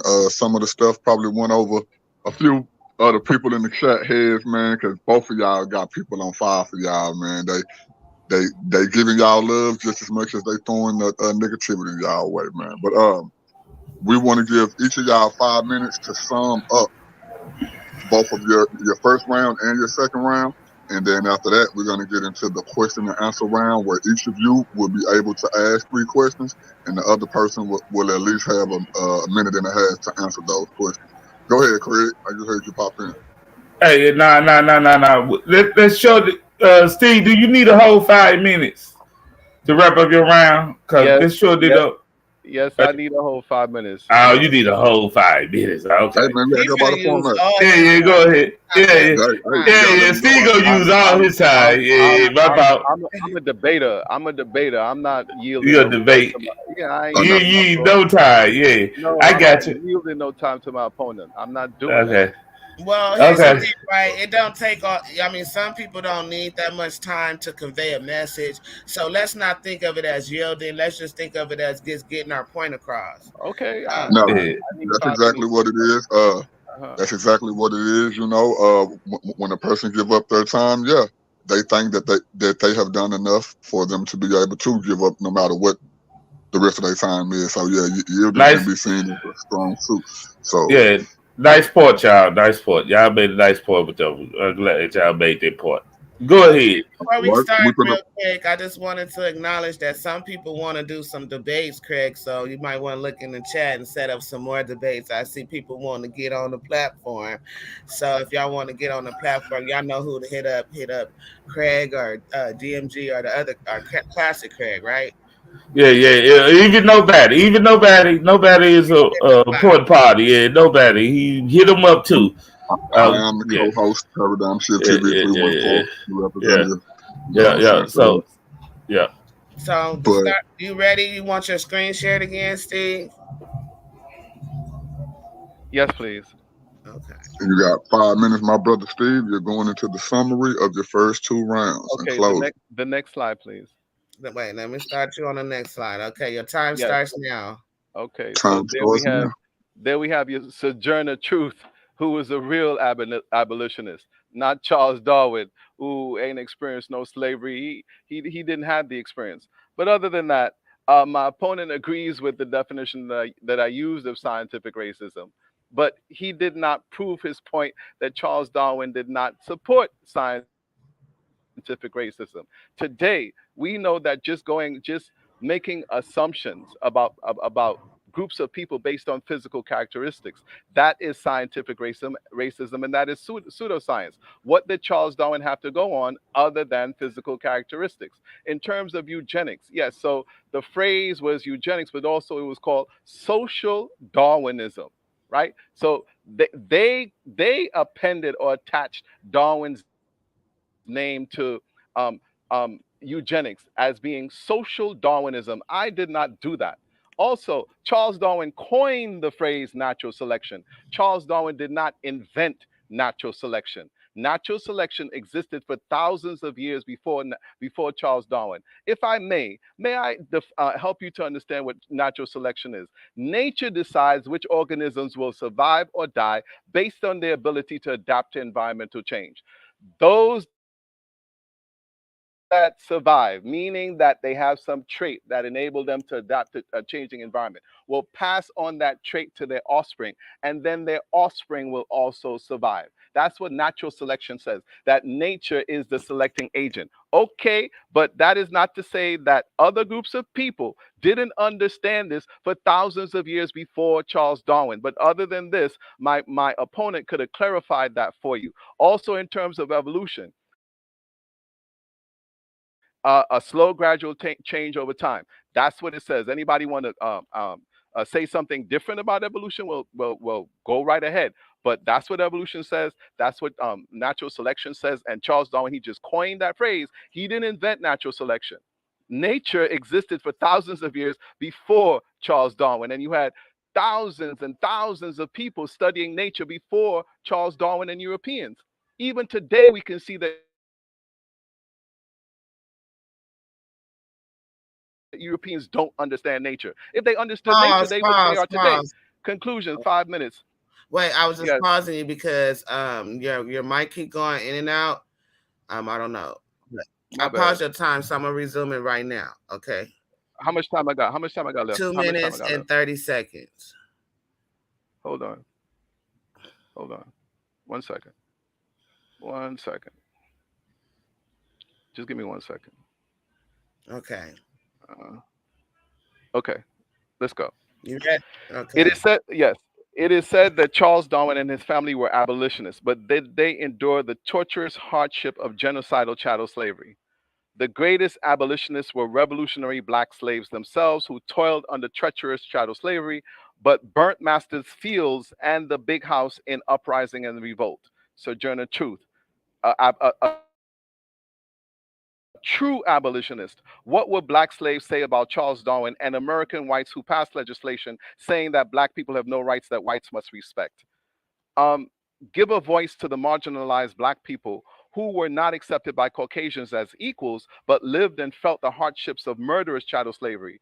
A greater understanding of this complex subject can be obtained by comparing enslaved chattel black people to those today who are assimilated into materialistic Western society and rationalize the authorities of the atrocities of racism and normalize the educational hypocrisy of scientific racism. Yes, scientific racism is weaved into the educational system. And some of us who think that we're so educated and we're so bright, in actuality, what we are proposing is scientific racism. Because when just going based on the physical characteristics and not bringing in all the other sciences like psychology and genetics to come to a holistic picture of what's going on with the human species. I have used two definitions of racism to show that specific phrases and comparative analysis in his authorship, such as civilized and savage races, anthropomorphous, and here I say human-like apes. And that's what I said along, human-like apes. So is he talking about apes or is he talking about humans? He's actually talking about black people and native Australians. They are the anthropomorphous apes.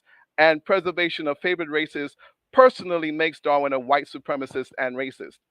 The other definition was used to show that during English colonialism and imperialism, racism was institutionalized and systemic, given that a white supremacist power structure and police state were imposed to benefit whites elites such as Charles Darwin and others. I have shown that Darwin's ideas did not help to overturn scientific racism, since white supremacy was pervasive and accepted within colonial societies. His theories about human racial evolution relied primarily on physical characteristics and morphology, which today are inconclusive unless supported by molecular evidence, of which he had none. In addition, Darwin's racist statements motivated others, such as his own cousin Francis Galton, to promote eugenics, scientific racism that culminated in greater human atrocities in World War II. I'm done. Thank you so much. Okay. Appreciate y'all. Appreciate you, brother Steve. I'm sorry that I paused you because like on my end it is your camera froze. So whoever said I'm trying to break up your build, no, I just It was chopping up. It was I just chopping want up. to make sure that we can hear you and see you and you don't miss your time. I want to make sure you get all your time. Thank you. Yeah. Thank you, Mika. Thank you. No problem. And anybody that was watching, I mean, that was obviously obvious. Like come on now. I mean, I don't know what they saw, but I saw his thing freeze, and I want to hear what he's saying. So I'm like, hey, wait, let me pause your time. Let me get you to have your time so you won't miss. Thank you. Technical difficulty. All right. We're gonna go to the brother Google Scholar. Google Scholar, my brother. If you want to share your screen or not on this 5 minutes. Yeah, I'm going to share my screen. Let's get your screen up there, my brother. Okay. 1 second. We appreciate everybody that's in the chat while brother Google Scholar gets his screen sharing. We just want to give a shout out to everybody who showed up to watch the debate tonight between brother Steven and brother Google Scholar. Of course, we got Mika, of course, on the panel, and we also got Ratchet Craig on the panel. It's going around and around. Yeah, it's coming up. Hold on. There we go. Okay, so you ready? Your time starts now. Okay. So I don't know if anybody knows who this person is on the screen, but I'm gonna tell you and the reason I'm gonna tell you is because the brother brought up Sojourner Truth, and he wanted to say, well, Charles Darwin didn't experience slavery or racism, so he doesn't know what it means to be an abolitionist. So this brother on the screen is a brother named John Brown, and he was an abolitionist, just like the brother is saying. This guy is obviously a white man. He was never a slave. He doesn't know what it is to be a slave or to experience racism. But this brother paid the ultimate price for going against racism and slavery. He was executed for his actions of going against racism and slavery. So the argument that Steve just made is crazy. It's not only crazy, it's wrong. Now, just because you didn't experience slavery and racism doesn't mean you can't be a person who fights against and participate in the destruction of a particular system of racism and white supremacy. That argument makes no sense. But to get back to the whole idea, I don't know if the quotes that I brought up from Darwin have been forgotten by Steve, but he keep mentioning the fact that Darwin was I gotta pause you because what happened? I can't hear you. You can't hear me? Okay, now we can hear you. Okay, start. Okay, so I don't know if the quotes that I've actually presented have been forgotten already by Steve, but he keeps saying that Darwin was presenting people as different based on their physical characteristics. And so I want to remind Steve of the quotes, because there are obvious differences between people. Nobody can ever deny that, right? I'm a man. I have what we call black skin, but everybody does not look like me. So there are differences. So what Darwin pointed out against what was the popular opinion of the day was that people may look different, but the differences are superficial. They're not real. It's more of a social construct. The differences don't make us different in terms of being a different species. And that's what this quote is exhibiting. The great variability of all external differences between the races of man likewise indicate they cannot be of much importance. For if it important, they would have long ago been either fixed or preserved or eliminated. So that's what the whole idea is.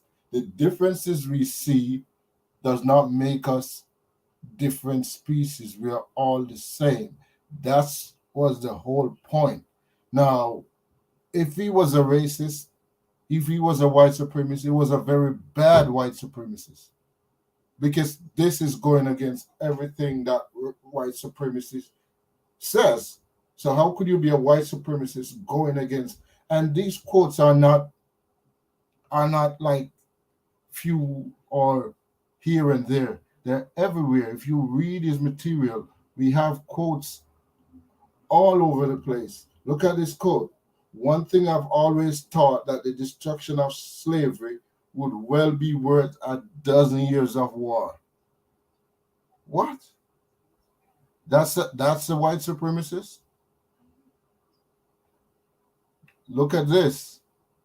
He calls slavery the greatest curse on earth, and that it should be abolished. It doesn't get any clearer than that. So I don't know what Steve was listening to this whole time or was reading, but it's clear that we're dealing with somebody who was going against the order of the day, which was slavery and racism.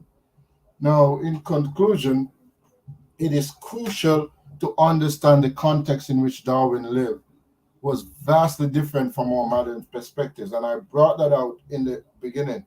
19th century society was deeply entrenched in colonialism, racial hierarchies, and pseudoscientific beliefs about race. While Darwin's views on race were more progressive than many of his contemporaries, they still reflected certain biases of his. Okay. All right. I'll conclude there, but we can. I'll save more for when we go into the question and answers period. And that's the round that we are about to go into right now. Are those 3 minutes, or because I had 3 minutes on my itinerary? So No, 3 minutes or 1 minute? No, they each person has 3 questions to ask the other one, and the person who's answering has a minute and a half time. Hey, 1 minute. No, each person. Can I add something right quick? Before we start, let me give shots out right quick before we start. On Paradise Shift, we go have Rocky coming to the platform, and after this, we go to have Classic Creed with Leandre, the Slim Reaper, next. So this is gonna be something that I need y'all to tune into. Slim Reaper go do his thing. I promise you, I call him about the Killer Christian. Him and Nobody, and the Killer Christians, and Gerald and Nazareth. So yeah. So check out the next, right? Yeah, and shout out to John Brown, by the way. I didn't mention that he was a Christian. Yeah, he's Christian. Yeah. Can I ask a question? So, are we having questions from the audience as well, or just questions from the debaters?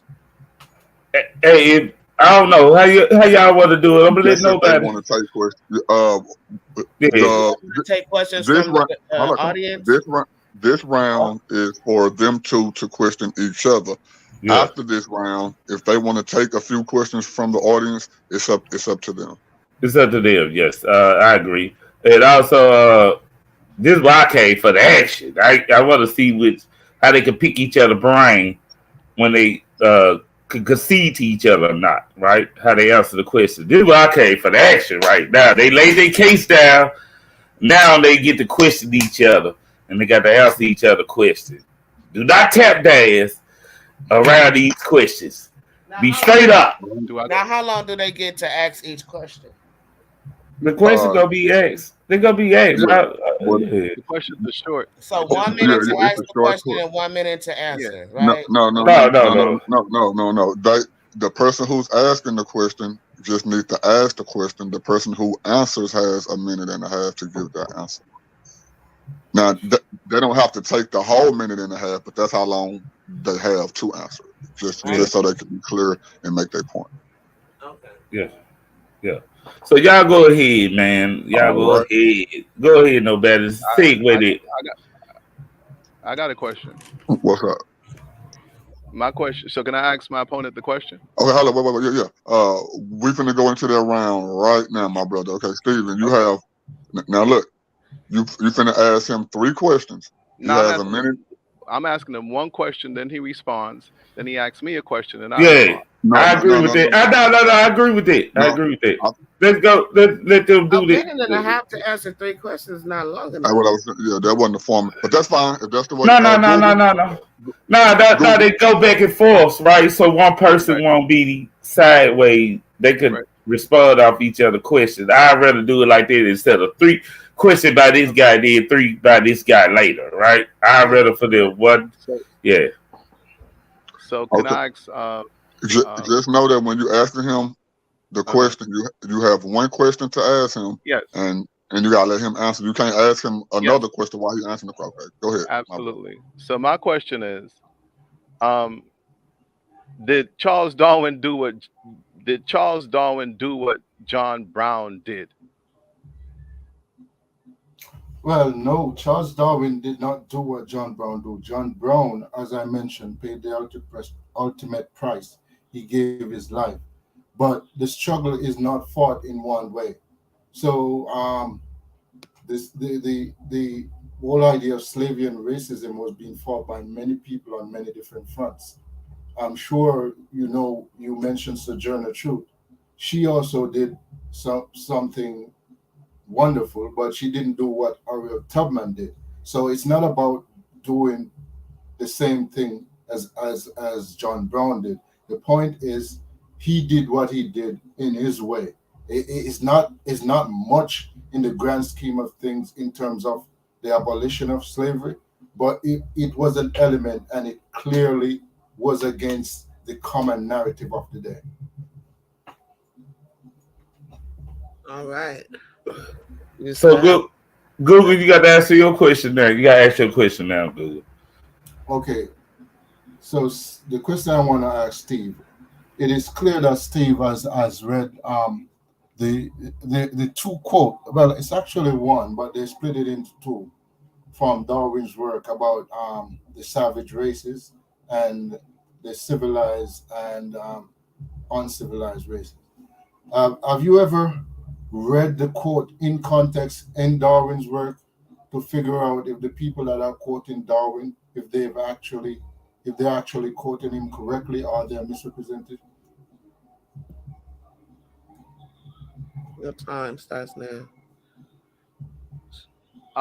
To say within context, that's relative because one person might think they're reading it in context, and somebody else thinks that they're reading it in context, and none of them ain't reading it in context. Other than that, I'm the one who is interpreting the quotes. So to say read it within context, I don't know what that context is, in all honesty. So you're saying that the context is the historical context where we should accept the language of that time and we should accept what was going on at that time. We should normalize that as being acceptable. No, I will not normalize that as being acceptable. That is not acceptable. It was not acceptable to the people who were being subjugated and enslaved and brutalized and suffering under colonialism and imperialism at that time. And I don't see why it should be acceptable today. Whatever was in Charles Darwin's mind and the colonializer's mind and the language that they used, that's the language that they used. Granted, but I don't have to accept that. And I choose not to accept that. Those who choose to accept that, that's on them. And I'm also saying that if certain groups of people, such as the colonized of the past, given an opportunity to have a voice and to be heard, they quite possibly would also say that they're not accepting this language. They're not allowing other people to define them, but they want to be able to define themselves. And I'm quite sure that they would not define themselves as being savages. Okay. That's the time. Yeah, that's your Somebody's time is time. up. Okay. Now it's your time to ask a question, Steve. Ask him a question again. This is your second question. Okay. My Yeah. question is: did slavery end because whites became less racist and more caring of enslaved Africans? I'm sorry, could you repeat that? I didn't hear it properly. Did slavery end, since these folks are abolitionists? Did slavery end because whites became less racist and more caring for African slaves? The slavery ends because whites cared for African slaves and they were less racist. Is that why slavery ended? No, I wouldn't say that it was. I get the point you're trying to get to with that question, Answer the but question. no, I am answering the question. That's exactly what I'm doing. Yeah, I get the point you're trying to make with that question, but it's fallacious because slavery didn't end because whites became less less um, less racist, or because they were less enthused by slavery. Slavery ended because of a variety of reasons, but the most important reason was the efforts of the slaves themselves, and then those who were allied with the slaves in pushing for the abolition of the slave trade. So yeah, it wasn't because people's feelings changed, but it's just that those that were fighting against the paradigm won out in the end. Okay. You have a Okay. question, Yes. for Steve, Google Scholar? Yes. Okay. So, in my presentation, Steve, I present to you a number of ideas of Darwin, and I also present to you a number of quotes from his work, both from his work and from his private correspondences. And all these quotes indicate to you that he was somebody who was against the whole idea of racism and slavery. Are you denying that those quotes are real, or are you saying those quotes actually show him to be a racist and somebody who's a white supremacist? So I can speak for myself, and I'm choosing to speak only for me. I will say that the quotes that you presented, other than when it's talking about Darwin's some of his scientific theories, I would say that using terms such as savages, that is a racist term, and the groups of people who is referring to as being savages, that is racist. It was racist then, and it's racist now, because as you also admitted that he said, okay, there's an original group of people, um, but those original group of people are more savage-like. Okay, so he's admitting that they were African. So because he said, okay, black people, African people are the first people, I'm supposed to celebrate the man now. Okay, but he also says that they're closer to savages. And in Darwin's mind, human evolution is one where from these savage black Africans, here comes the white Caucasian European and the Asians, and now they are in a civilized state. But I beg to question, and I'm answering your question, right? If I beg to question and I'll answer the question, how would they define being in a civilized state? And I will say that for them, being civilized means being able to dominate, colonize, control, subjugate, murder, and destroy. That is what civilization means for the Caucasian. But for people before that, in other societies, other civilizations, that's not what it means to be civilized. It means to be civilized to live in a peaceful, harmonious society. That's what other groups of people consider to be civilized, not dominating and controlling and causing war and genocide and destroying nature. Okay, Steve, that's your time. I gave you a little extra time. Thank you so much. You got a Hey, question? hey, Another? hold on. This is the last and final round. So make these questions asked. This is the third question for each opponent. Steve, you up? So God to make it happen. Nail that nigga into the ground. Nail him into the ground. You know, but I got questions too. No, but hold on. This ain't you right now. I You know. my And man. Yeah, wait till afterwards. When they get through their three questions, you ask the question later. Yeah. Okay. We gonna get them out the way. We gonna get them out the way. Lake of fire. Mm. Yeah, whatever, lake of fire. All right. Under Yeah. colonialism and imperialism, do the colonizers celebrate any other people other than themselves as though they are the creators of all things in existence? You want me to repeat it? No. The Okay. simple answer to the question is no. But All right.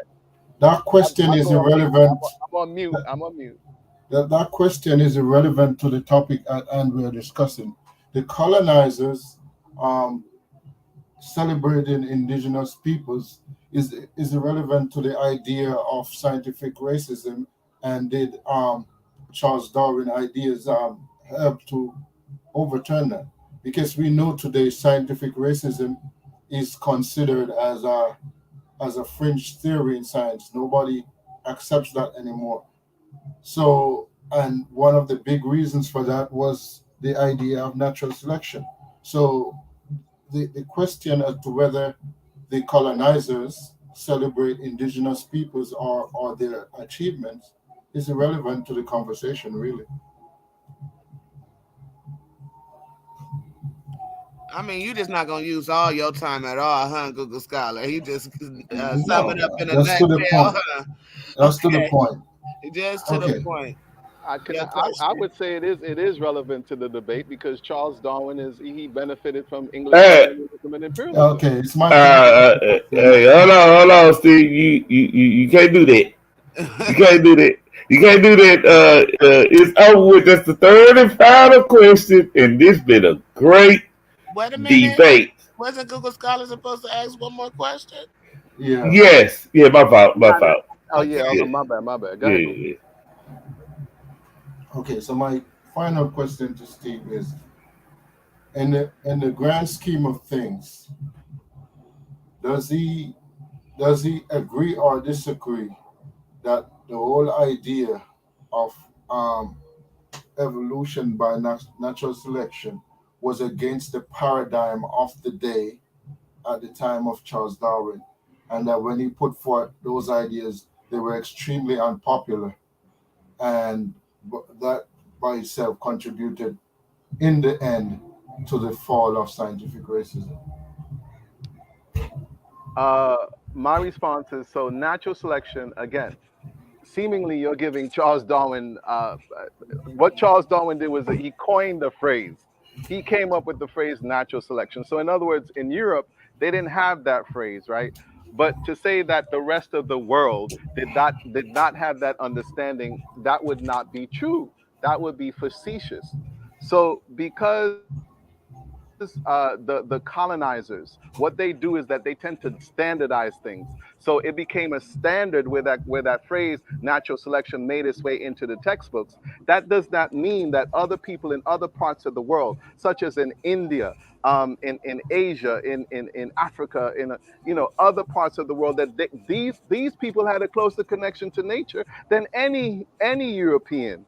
So to say that indigenous people didn't have a closer connection to nature and didn't understand nature more than Charles Darwin and Europeans, that is totally false.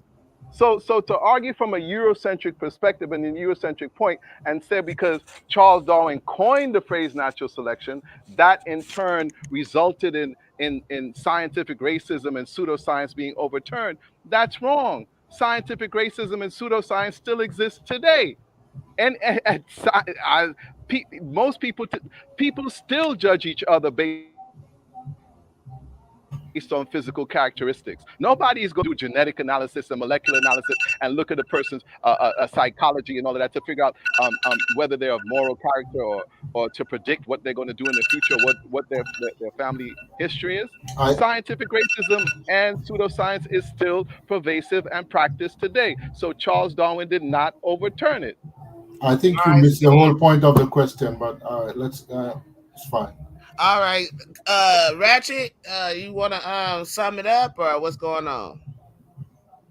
Now, everybody in the chat, let me see y'all put the ones up for Steve if you think Steve did it, and if you think Google Scholar won, put the twos up. Let me see what y'all think.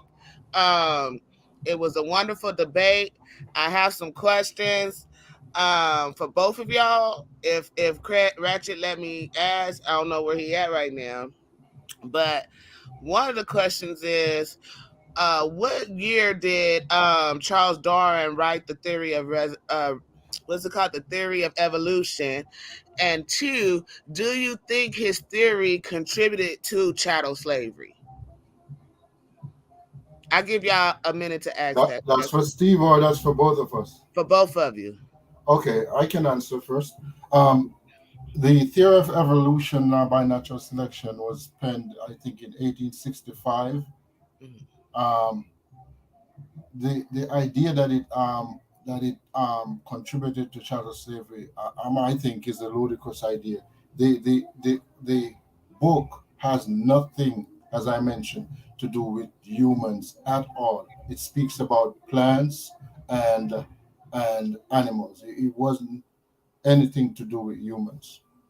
Okay. And Steve? The Origin of Species, that was written in 1859, and it didn't have anything or much to do with humans. In terms of chattel slavery, we have to remember you have the Arab slave trade that that occurred before the the East Arab slave Holocaust that was before the European slave Holocaust. And so I can date the European slave Holocaust to the 1400s, and Charles Darwin wrote in the 1800s. So I would say that it's going on. It's been going on for a long time. This pseudoscience of justifying atrocities and brutalities of other groups of humans based on their physical characteristics. It's been going on for a long time before Charles Darwin, and I wouldn't blame Charles Darwin for it. Okay. And that's not what I'm attempting to do either. Okay. Okay. Okay. All right. Ratchet, where'd they go? Do anybody from the chat have any questions before we end this live? Yeah, if Raction out here, he able to drop the link in the chat where people will be able to come on the Oh, platform. I could drop the link. Yeah, I don't know why this ain't on paradigm shift. I would have had everything moving, but hey, it's his own. Okay, I could drop the link in the chat. All right, we're about to drop the link in the chat. Anybody that's in the chat who drop that link. Y'all drop can come that on, link. jump on the panel. Can I ask something? Can I ask something? Can you this? Right. I had one more page there, my question and answer page. Can you just put it up there for 1 second? I am an author. The title of my book is Hold The on, Third Coming of Spiritual let me Liberation. get this book out there. If you so yeah, put that work out there. Put the work out. Is this the book right here? Thank you so much. Yeah, that's my book. Yeah, it is available on Amazon. I'm just trying to sell myself. You say to yourself, go ahead. Yeah, that's it. I'm down with that one, Steve. I'm down with that one. Yeah. Anybody that's writing books for us to read, that's good. I just take the meat and potatoes. Yes, we should all write books. If nobody has any questions, and let me know in the chat, or if you're coming on. If not, then what? We're gonna end it. I don't see nobody coming in. I'm ready to Classic Craig to jump in. If he don't jump in the next 5 minutes. Come on. I know a lot of people want to cuss me out. They can come on. This is their chance. Google Scholar, can you believe that Leandre took your side in this debate? I would believe that because hold on. Go ahead. Yeah, you're right. Yeah, go ahead. No problem. Go ahead, Google. Okay, so hold up. Google is answering the question. Google, Leandre took your side in this debate. What you got to say about that? No, I'm saying I would believe that he's somebody that reads and he understands that I presented evidence to back up the points that I was making in the debate. So yeah, kudos to him for that. But yeah. Indigenous black man said, Google, why he keeps promoting these devils in America. Indigenous black man will disagree with anything I say. If I say indigenous black man has no kids, he will say yes, he does. If I say he has kids, he will say no, he doesn't. Got you, my brother. I got you. Hold on. Let me introduce. Let me introduce my homie. This is my homie. This is my best friend, y'all. Brother Dio, One Love, D1, the artist, the greatest artist on the planet Earth. You got? Yeah, he my real best friend. All of y'all just pretend. He my real best friend. Let me go and let him, because he think I be conspiring against him. So I'm gonna let him have it. I'm gonna let him have the flow. Neo, what do you think about this debate and the question that you had today? Because you was watching. He did a watch party. Neo did a watch party on this debate. And shout out to him. Yeah, first thing I want to say is I love the show. Y'all did a great, platform. Y'all had it together. You know what I'm saying? And yeah, I like the way it ran smoothly for the most part. But like both of the brothers brought out some great points. We were sitting there rooting, but my boy Steve, like he was bringing it home because like even with the colloquial and the common vernacular of the time, you call somebody a savage. I can't call you a bum and then say I'm just using common terms for the time and it's no offense. No. If I call you a savage, it's a savage. It's saying like you lesser than, regardless of whether it was common or not for people to be called that. That was a shot at people, So, that my vote for Steve on that one. Google, you did your thing too. You brought out some nice points. You had a good argument, but yeah, Steve, salute. Shout out to Neil. How I knew you were gonna say what you said, Neo. How I knew that. Anyway, yeah. For my best friend, I had to. Hey, but you, brother Neo Love, man. Shout out to you, bro, and your music and everything you're doing. You know what I'm saying? We got brother Victor Mong Jr. just hit the panel. Victor Mong, take yourself off mute. If you have a question pertaining to the topic for either of the brothers or both of the brothers, this your time, Victor Mong. Yeah. So this is Brother Lee Mac from the chat, but yeah. So again, I representing the one. Yeah, I mean, so my question is for Google Scholar. So again, prefacing it by I think you won by the better presentation, as you said, and you're more consistent in sticking to the topic. But I have a question. My question basically is this: did Charles Darwin see that there was a division among the human races, and then sort of borrowing from his ideas in the Descent of Man and the Origin of Species, did he likewise not believe that there was one particular race or one particular race of humans that would be superior as expressed by their survival? Okay, so yes, he did see differences. He mentioned the differences, but in many places he quotes the differences as being, as I call it, superficial. He's saying the differences are not great enough to cause us to be different species. In terms of him referring to, I'm sorry, could you repeat the second part? I blanked on that. So the second part was did he see that if he saw that there was division within mankind of different races, did he believe that the superiority of one particular race would be expressed by their survival? Well, yeah, I know what you're referring to. That quote in the Descent of Man, that he talks about the more civilized race would almost certainly extinguish or exterminate the savage races. Right. And based on the context of that statement, in terms of what he means by civilized, I think he's referring to the level of technological advancement in the societies or in the civilization, right?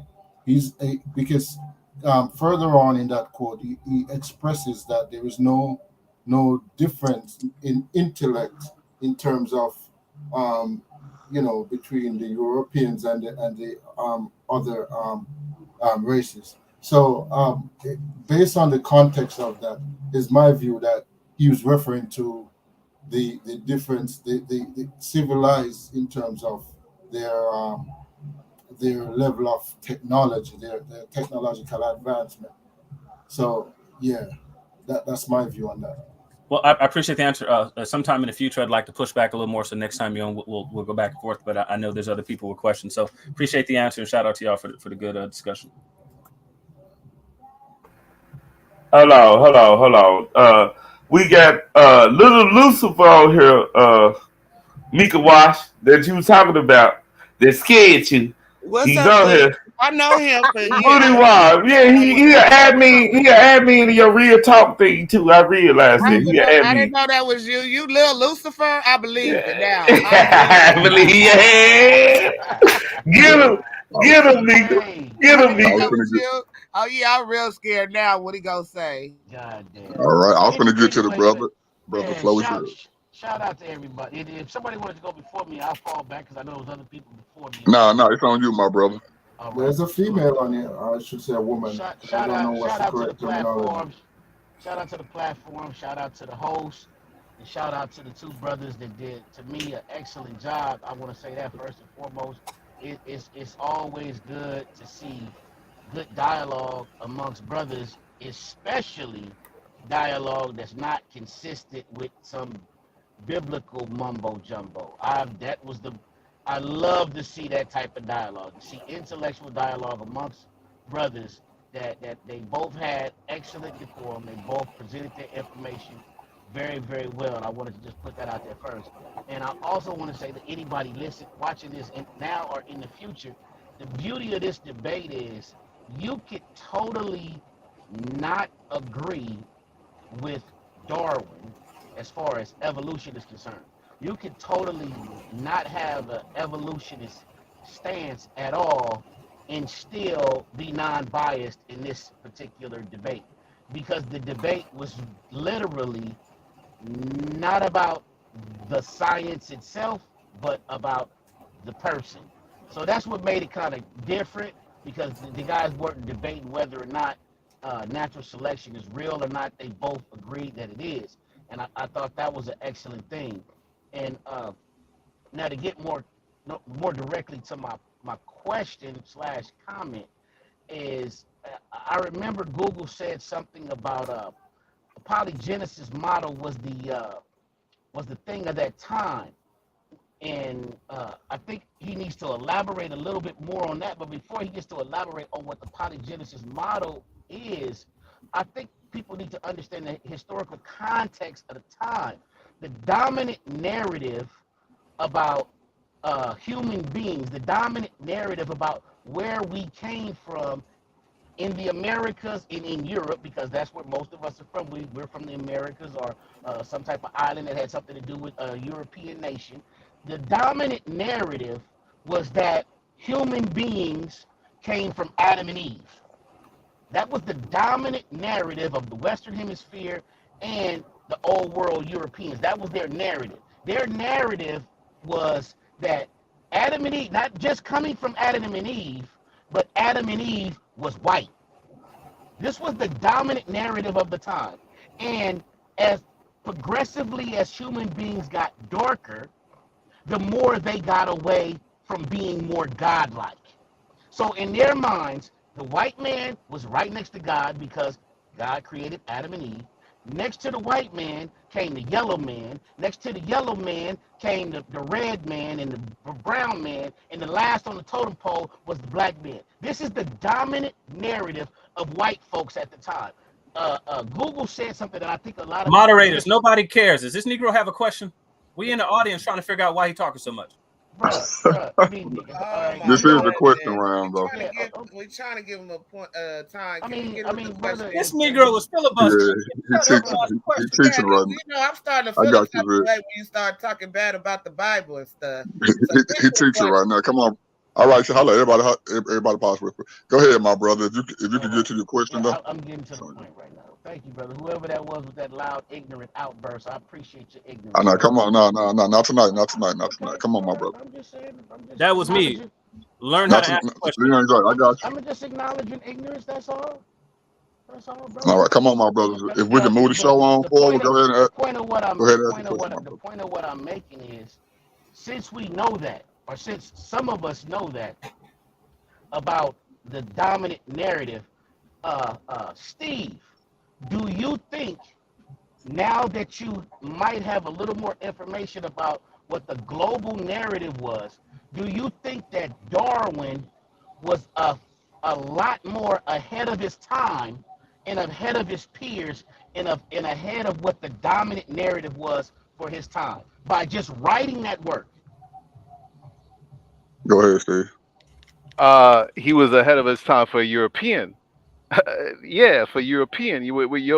We're coming from the Eurocentric perspective, the Eurocentric paradigm. He was ahead of his time for Europeans. Mudawa, you introduced the European paradigm. I mean, we could look at the history and again talk about the Dark Ages and the Roman Catholic Church and their ignorance and so on and so forth. So it's coming out of their Dark Ages, which was very ignorant.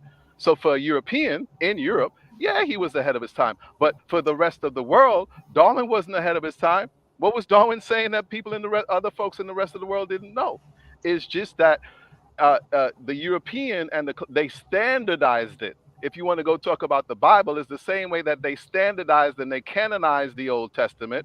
Is the same way that the Greeks did that and the Romans standardized and canonized the New Testament. So what do the colonizers do? They pick this one white man, right? And it tends to be a white man, and they say that this one white person did it, or did these specific things.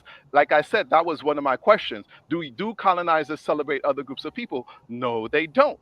So that's why most of us come from this European perspective, and all we want to talk about is a European, and all we want to do is celebrate Europeans. Oh yeah, he was progressive for his time for European, but what was going on in the rest of the world? It wasn't progressive for the rest of the world. I want to chime in on that. Hold on, pause, everybody. All right. I'm going to give Please. everybody 1 minute to say what they're going to say, because we press for time because we got another show coming. So I'm going to give everybody 1 minute. So go ahead, Google Scholar. Your 1 minute starts now. Thank you. Yeah, I keep hearing Steve refer to that the rest of the world already knew this stuff and the Europeans didn't. But given the context of the discussion we're having, even that's not true. But even if this was true, it still doesn't belittle the point or defy the point, because the Europeans, they didn't know. So Darwin, even if he was the one that was bringing it to them, the point would still stand. He was ahead of the time. He was progressive in that sense, because the world we're talking about is not the rest of the world now. It's what was happening in Europe and the Americas. So the idea that because the rest of the world already knew about natural selection, Darwin just put a name on it, it's not true. But even if it was, it still doesn't change the fact that, yeah, he was the one that brought this forward to the Europeans, and the Europeans were what we're talking about. Okay. I think that's something. I'm sorry, Mika. Can I just add on? The Europeans is who you talking about. It ain't who I'm talking. My presentation wasn't solely about Europeans. Europeans are who you and others are talking about. Okay. Darwin was a European. Debate was about Darwin. Okay, let's pause y'all for a moment. Okay. Ratchet. Okay, we had a young lady on here, but y'all was taking up so much time. Young lady left, so I guess. Yeah, I'm about to hear the young lady. Yeah. If you're Booty Wild, thank you, Booty Wild. Thank you, Booty Wild. Yeah. Okay, so we're gonna sum this up. Let's end it right now, Craig. So the Classic Craig come in on Classic Craig came in. Yeah, but then he saw so many gladiators he ran. Nah. He was trying to announce the show that's coming afterwards, and it's him and Leandre, and he's gonna do him a loud and clear. Google Scholar was the first loud and clear paradigm shift, and it was successful. Now he got his NOS image, even though he voted for you today. He voted for you. That's shocking to me.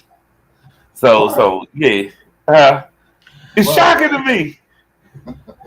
I thought, bro, he said that you not reasonable. He go Classic Craig now. I'm gonna let him explain what's going on. Go ahead, Classic Craig. We don't really disagree on the ideas of religion. We don't normally disagree on other topics. Yeah, okay. Yeah, geeks. Yo, wait. Someone summoned me. The Classic Craig. I am here right now. Yo. I gotta say that was a hell of a debate between you two. Hey, Google, I have to say this, right? You're a pseudo. So, I had to say that. That's the trademark. I got to put that on a t-shirt. But it was a hell of a debate between these two individuals. Shout out to Indigenous Black Man and Juju. Shout out to the legendary Sister Ivory. I mean, shout out to the Nerdy Brew, the Hebrew that does movies. And I have to say, it was an excellent debate. It was really, really entertaining. Mudawa was so long-winded, he took up the person I wanted to hear the most, which was the legendary information aids only Ivory Scales. But you know, Oh, that was Ivory. yeah, that was the Tell her to come back on. That was a legendary Ivory. God dang, Mudawa. I know he was happy, but damn. But Yeah. I just want to say this. To come back on. I want to say this. That Vic guy who asked you that question, he sounds very familiar. A matter of fact, I think that guy is the same guy that I'm probably going to be interviewing after this show. I'm going to be doing a loud and clear where I interview the one and only killer. So you trying to say that it's the Slim Reaper brothers? I think that's the Slim Reaper. Damon? I think. Yeah. Oh, see, he's so slick. He's so slick. I love Slim Reaper, man. Yeah, he's slick. Like Rats, I think that's the killer Christian. The one the killer Christian. Making people lose their damn mind. The one who said who has no peer back here. The one who says he's the most intelligent, most adverse, most well-equipped, and the most academic when it comes down to these so-called intellectuals. I believe that's him. I thought that was the Indigenous Black Man who said that. No, it wasn't Indigenous Black Man. I'm saying it was the one and only Slim Reaper. Yeah, no, I know what you're saying. I'm just making a joke because Indigenous Black Man thinks all those things about himself too. So I gotta see the Indigenous Black also his story too. But hey, bro, I just want to say one thing real quick. That was Leandre, Lee Mack, Victor Long Jr. When I say my brothers, that's in the one, that's our little clique. So yeah, that was him, just to confirm. That was him. Yeah. He fooled me. He fooled me. Wait, you didn't know Craig? No, he fooled me. No, Craig, classic Craig. Nah, he fooled me. He got me. Yeah, he got me. Wait, hold on. Hey, look, y'all can tell me and Leandre apart because both of us stutter a little bit. So it's one of us. Are y'all both from Texas? Okay, so are y'all gonna keep the stream going? Or are y'all gonna end the live? We finna end this one. Yeah, we finna end it, but we gonna let y'all go and rock out. Y'all two rock out Mika and what's her name and nobody. I'm done. Yeah. Oh no, this fit my brother. If they already got their closing arguments, Mika, if you got any last words. And let me get Classic Craig though to end it so people can watch his show afterwards. Let him end it. Well, all I want to say is I think that both the men did exceptionally well. I would say the next debate, I hope that people could put it in layman terms for those that's unknowing and don't really know about it, like put it in terms so we can be educated a little bit more. But other than that, I think that everybody did a great job. So thank you for having me on the platform. And Classic Craig, rock us out, bro. No, hold up, Craig. Yeah, I just want to say I appreciate both of y'all too. Google Scholar, you already know it ain't nothing but love. Steve, this is my first time meeting you. I agree with Mika, man. A lot of the stuff y'all was saying to the average person, it probably did go over their head. You know what I'm saying? Because y'all straight coming from the textbooks and talking on that level as if y'all have already read the stuff and studied the stuff, man. So a person like me, I definitely appreciate it because I'm where y'all at. Well, y'all should be doing y'all research afterwards. Right? You know what I'm saying? Yeah. I appreciate both of y'all coming through, showing love to the whole effing show as well as Paradigm Shift TV 314. Y'all know me. I go by the name Nobody. I always trying to tell everybody about somebody who can save anybody. And that is Jesus Christ, here as the co-host of Paradigm Shift TV 314. Classic Craig, we know we got your show coming up next. Take yourself off mute, my brother. Let the people know what they can look forward to after this show ends, bro. Let's go. All right, so I'm going to just tell y'all this, right? I'm interviewing the one and only Killer Christian, This man makes everybody run. If you was a Hotep, a Muslim, a Nuwapian, it does not matter. If you ain't repping that Bible, if you coming over here with some crazy ideology, if you warping that Bible, this killer Christian, the one and only Slim Reaper, the man who slipped by everybody's defenses and blow everything up, is coming to see you. And I'm interviewing him right after this show. So please, ladies and gentlemen, stay tuned for the one and only Slim Reaper. He's not your average bookworm, because this bookworm is a damn book snake, and he'll bite you. So and not only that boy is a law student, Leon Dre, my little bro. Don't spill everything. Don't spill everything. Oh, I'm not. I just want to let him know. One of the bros I brought. I'm gonna let people know, because you know what I'm saying. I don't know. I'm not gonna spill too much. I'm just gonna say, y'all always heard DMG talk about the brothers that are in the one. That's Leon Dre in there, man, and that's a lineup. Hey, man, the little bro, real smart, man, real smart. Like Classic Craig said, man, and hey, this gonna be a good interview, man. We got Classic Craig. Oh man, we got Leon Dre. Oh man. Put your seatbelts on, sit back. We're about to end this broadcast right here. This has been Paradigm. Shout out to Savane.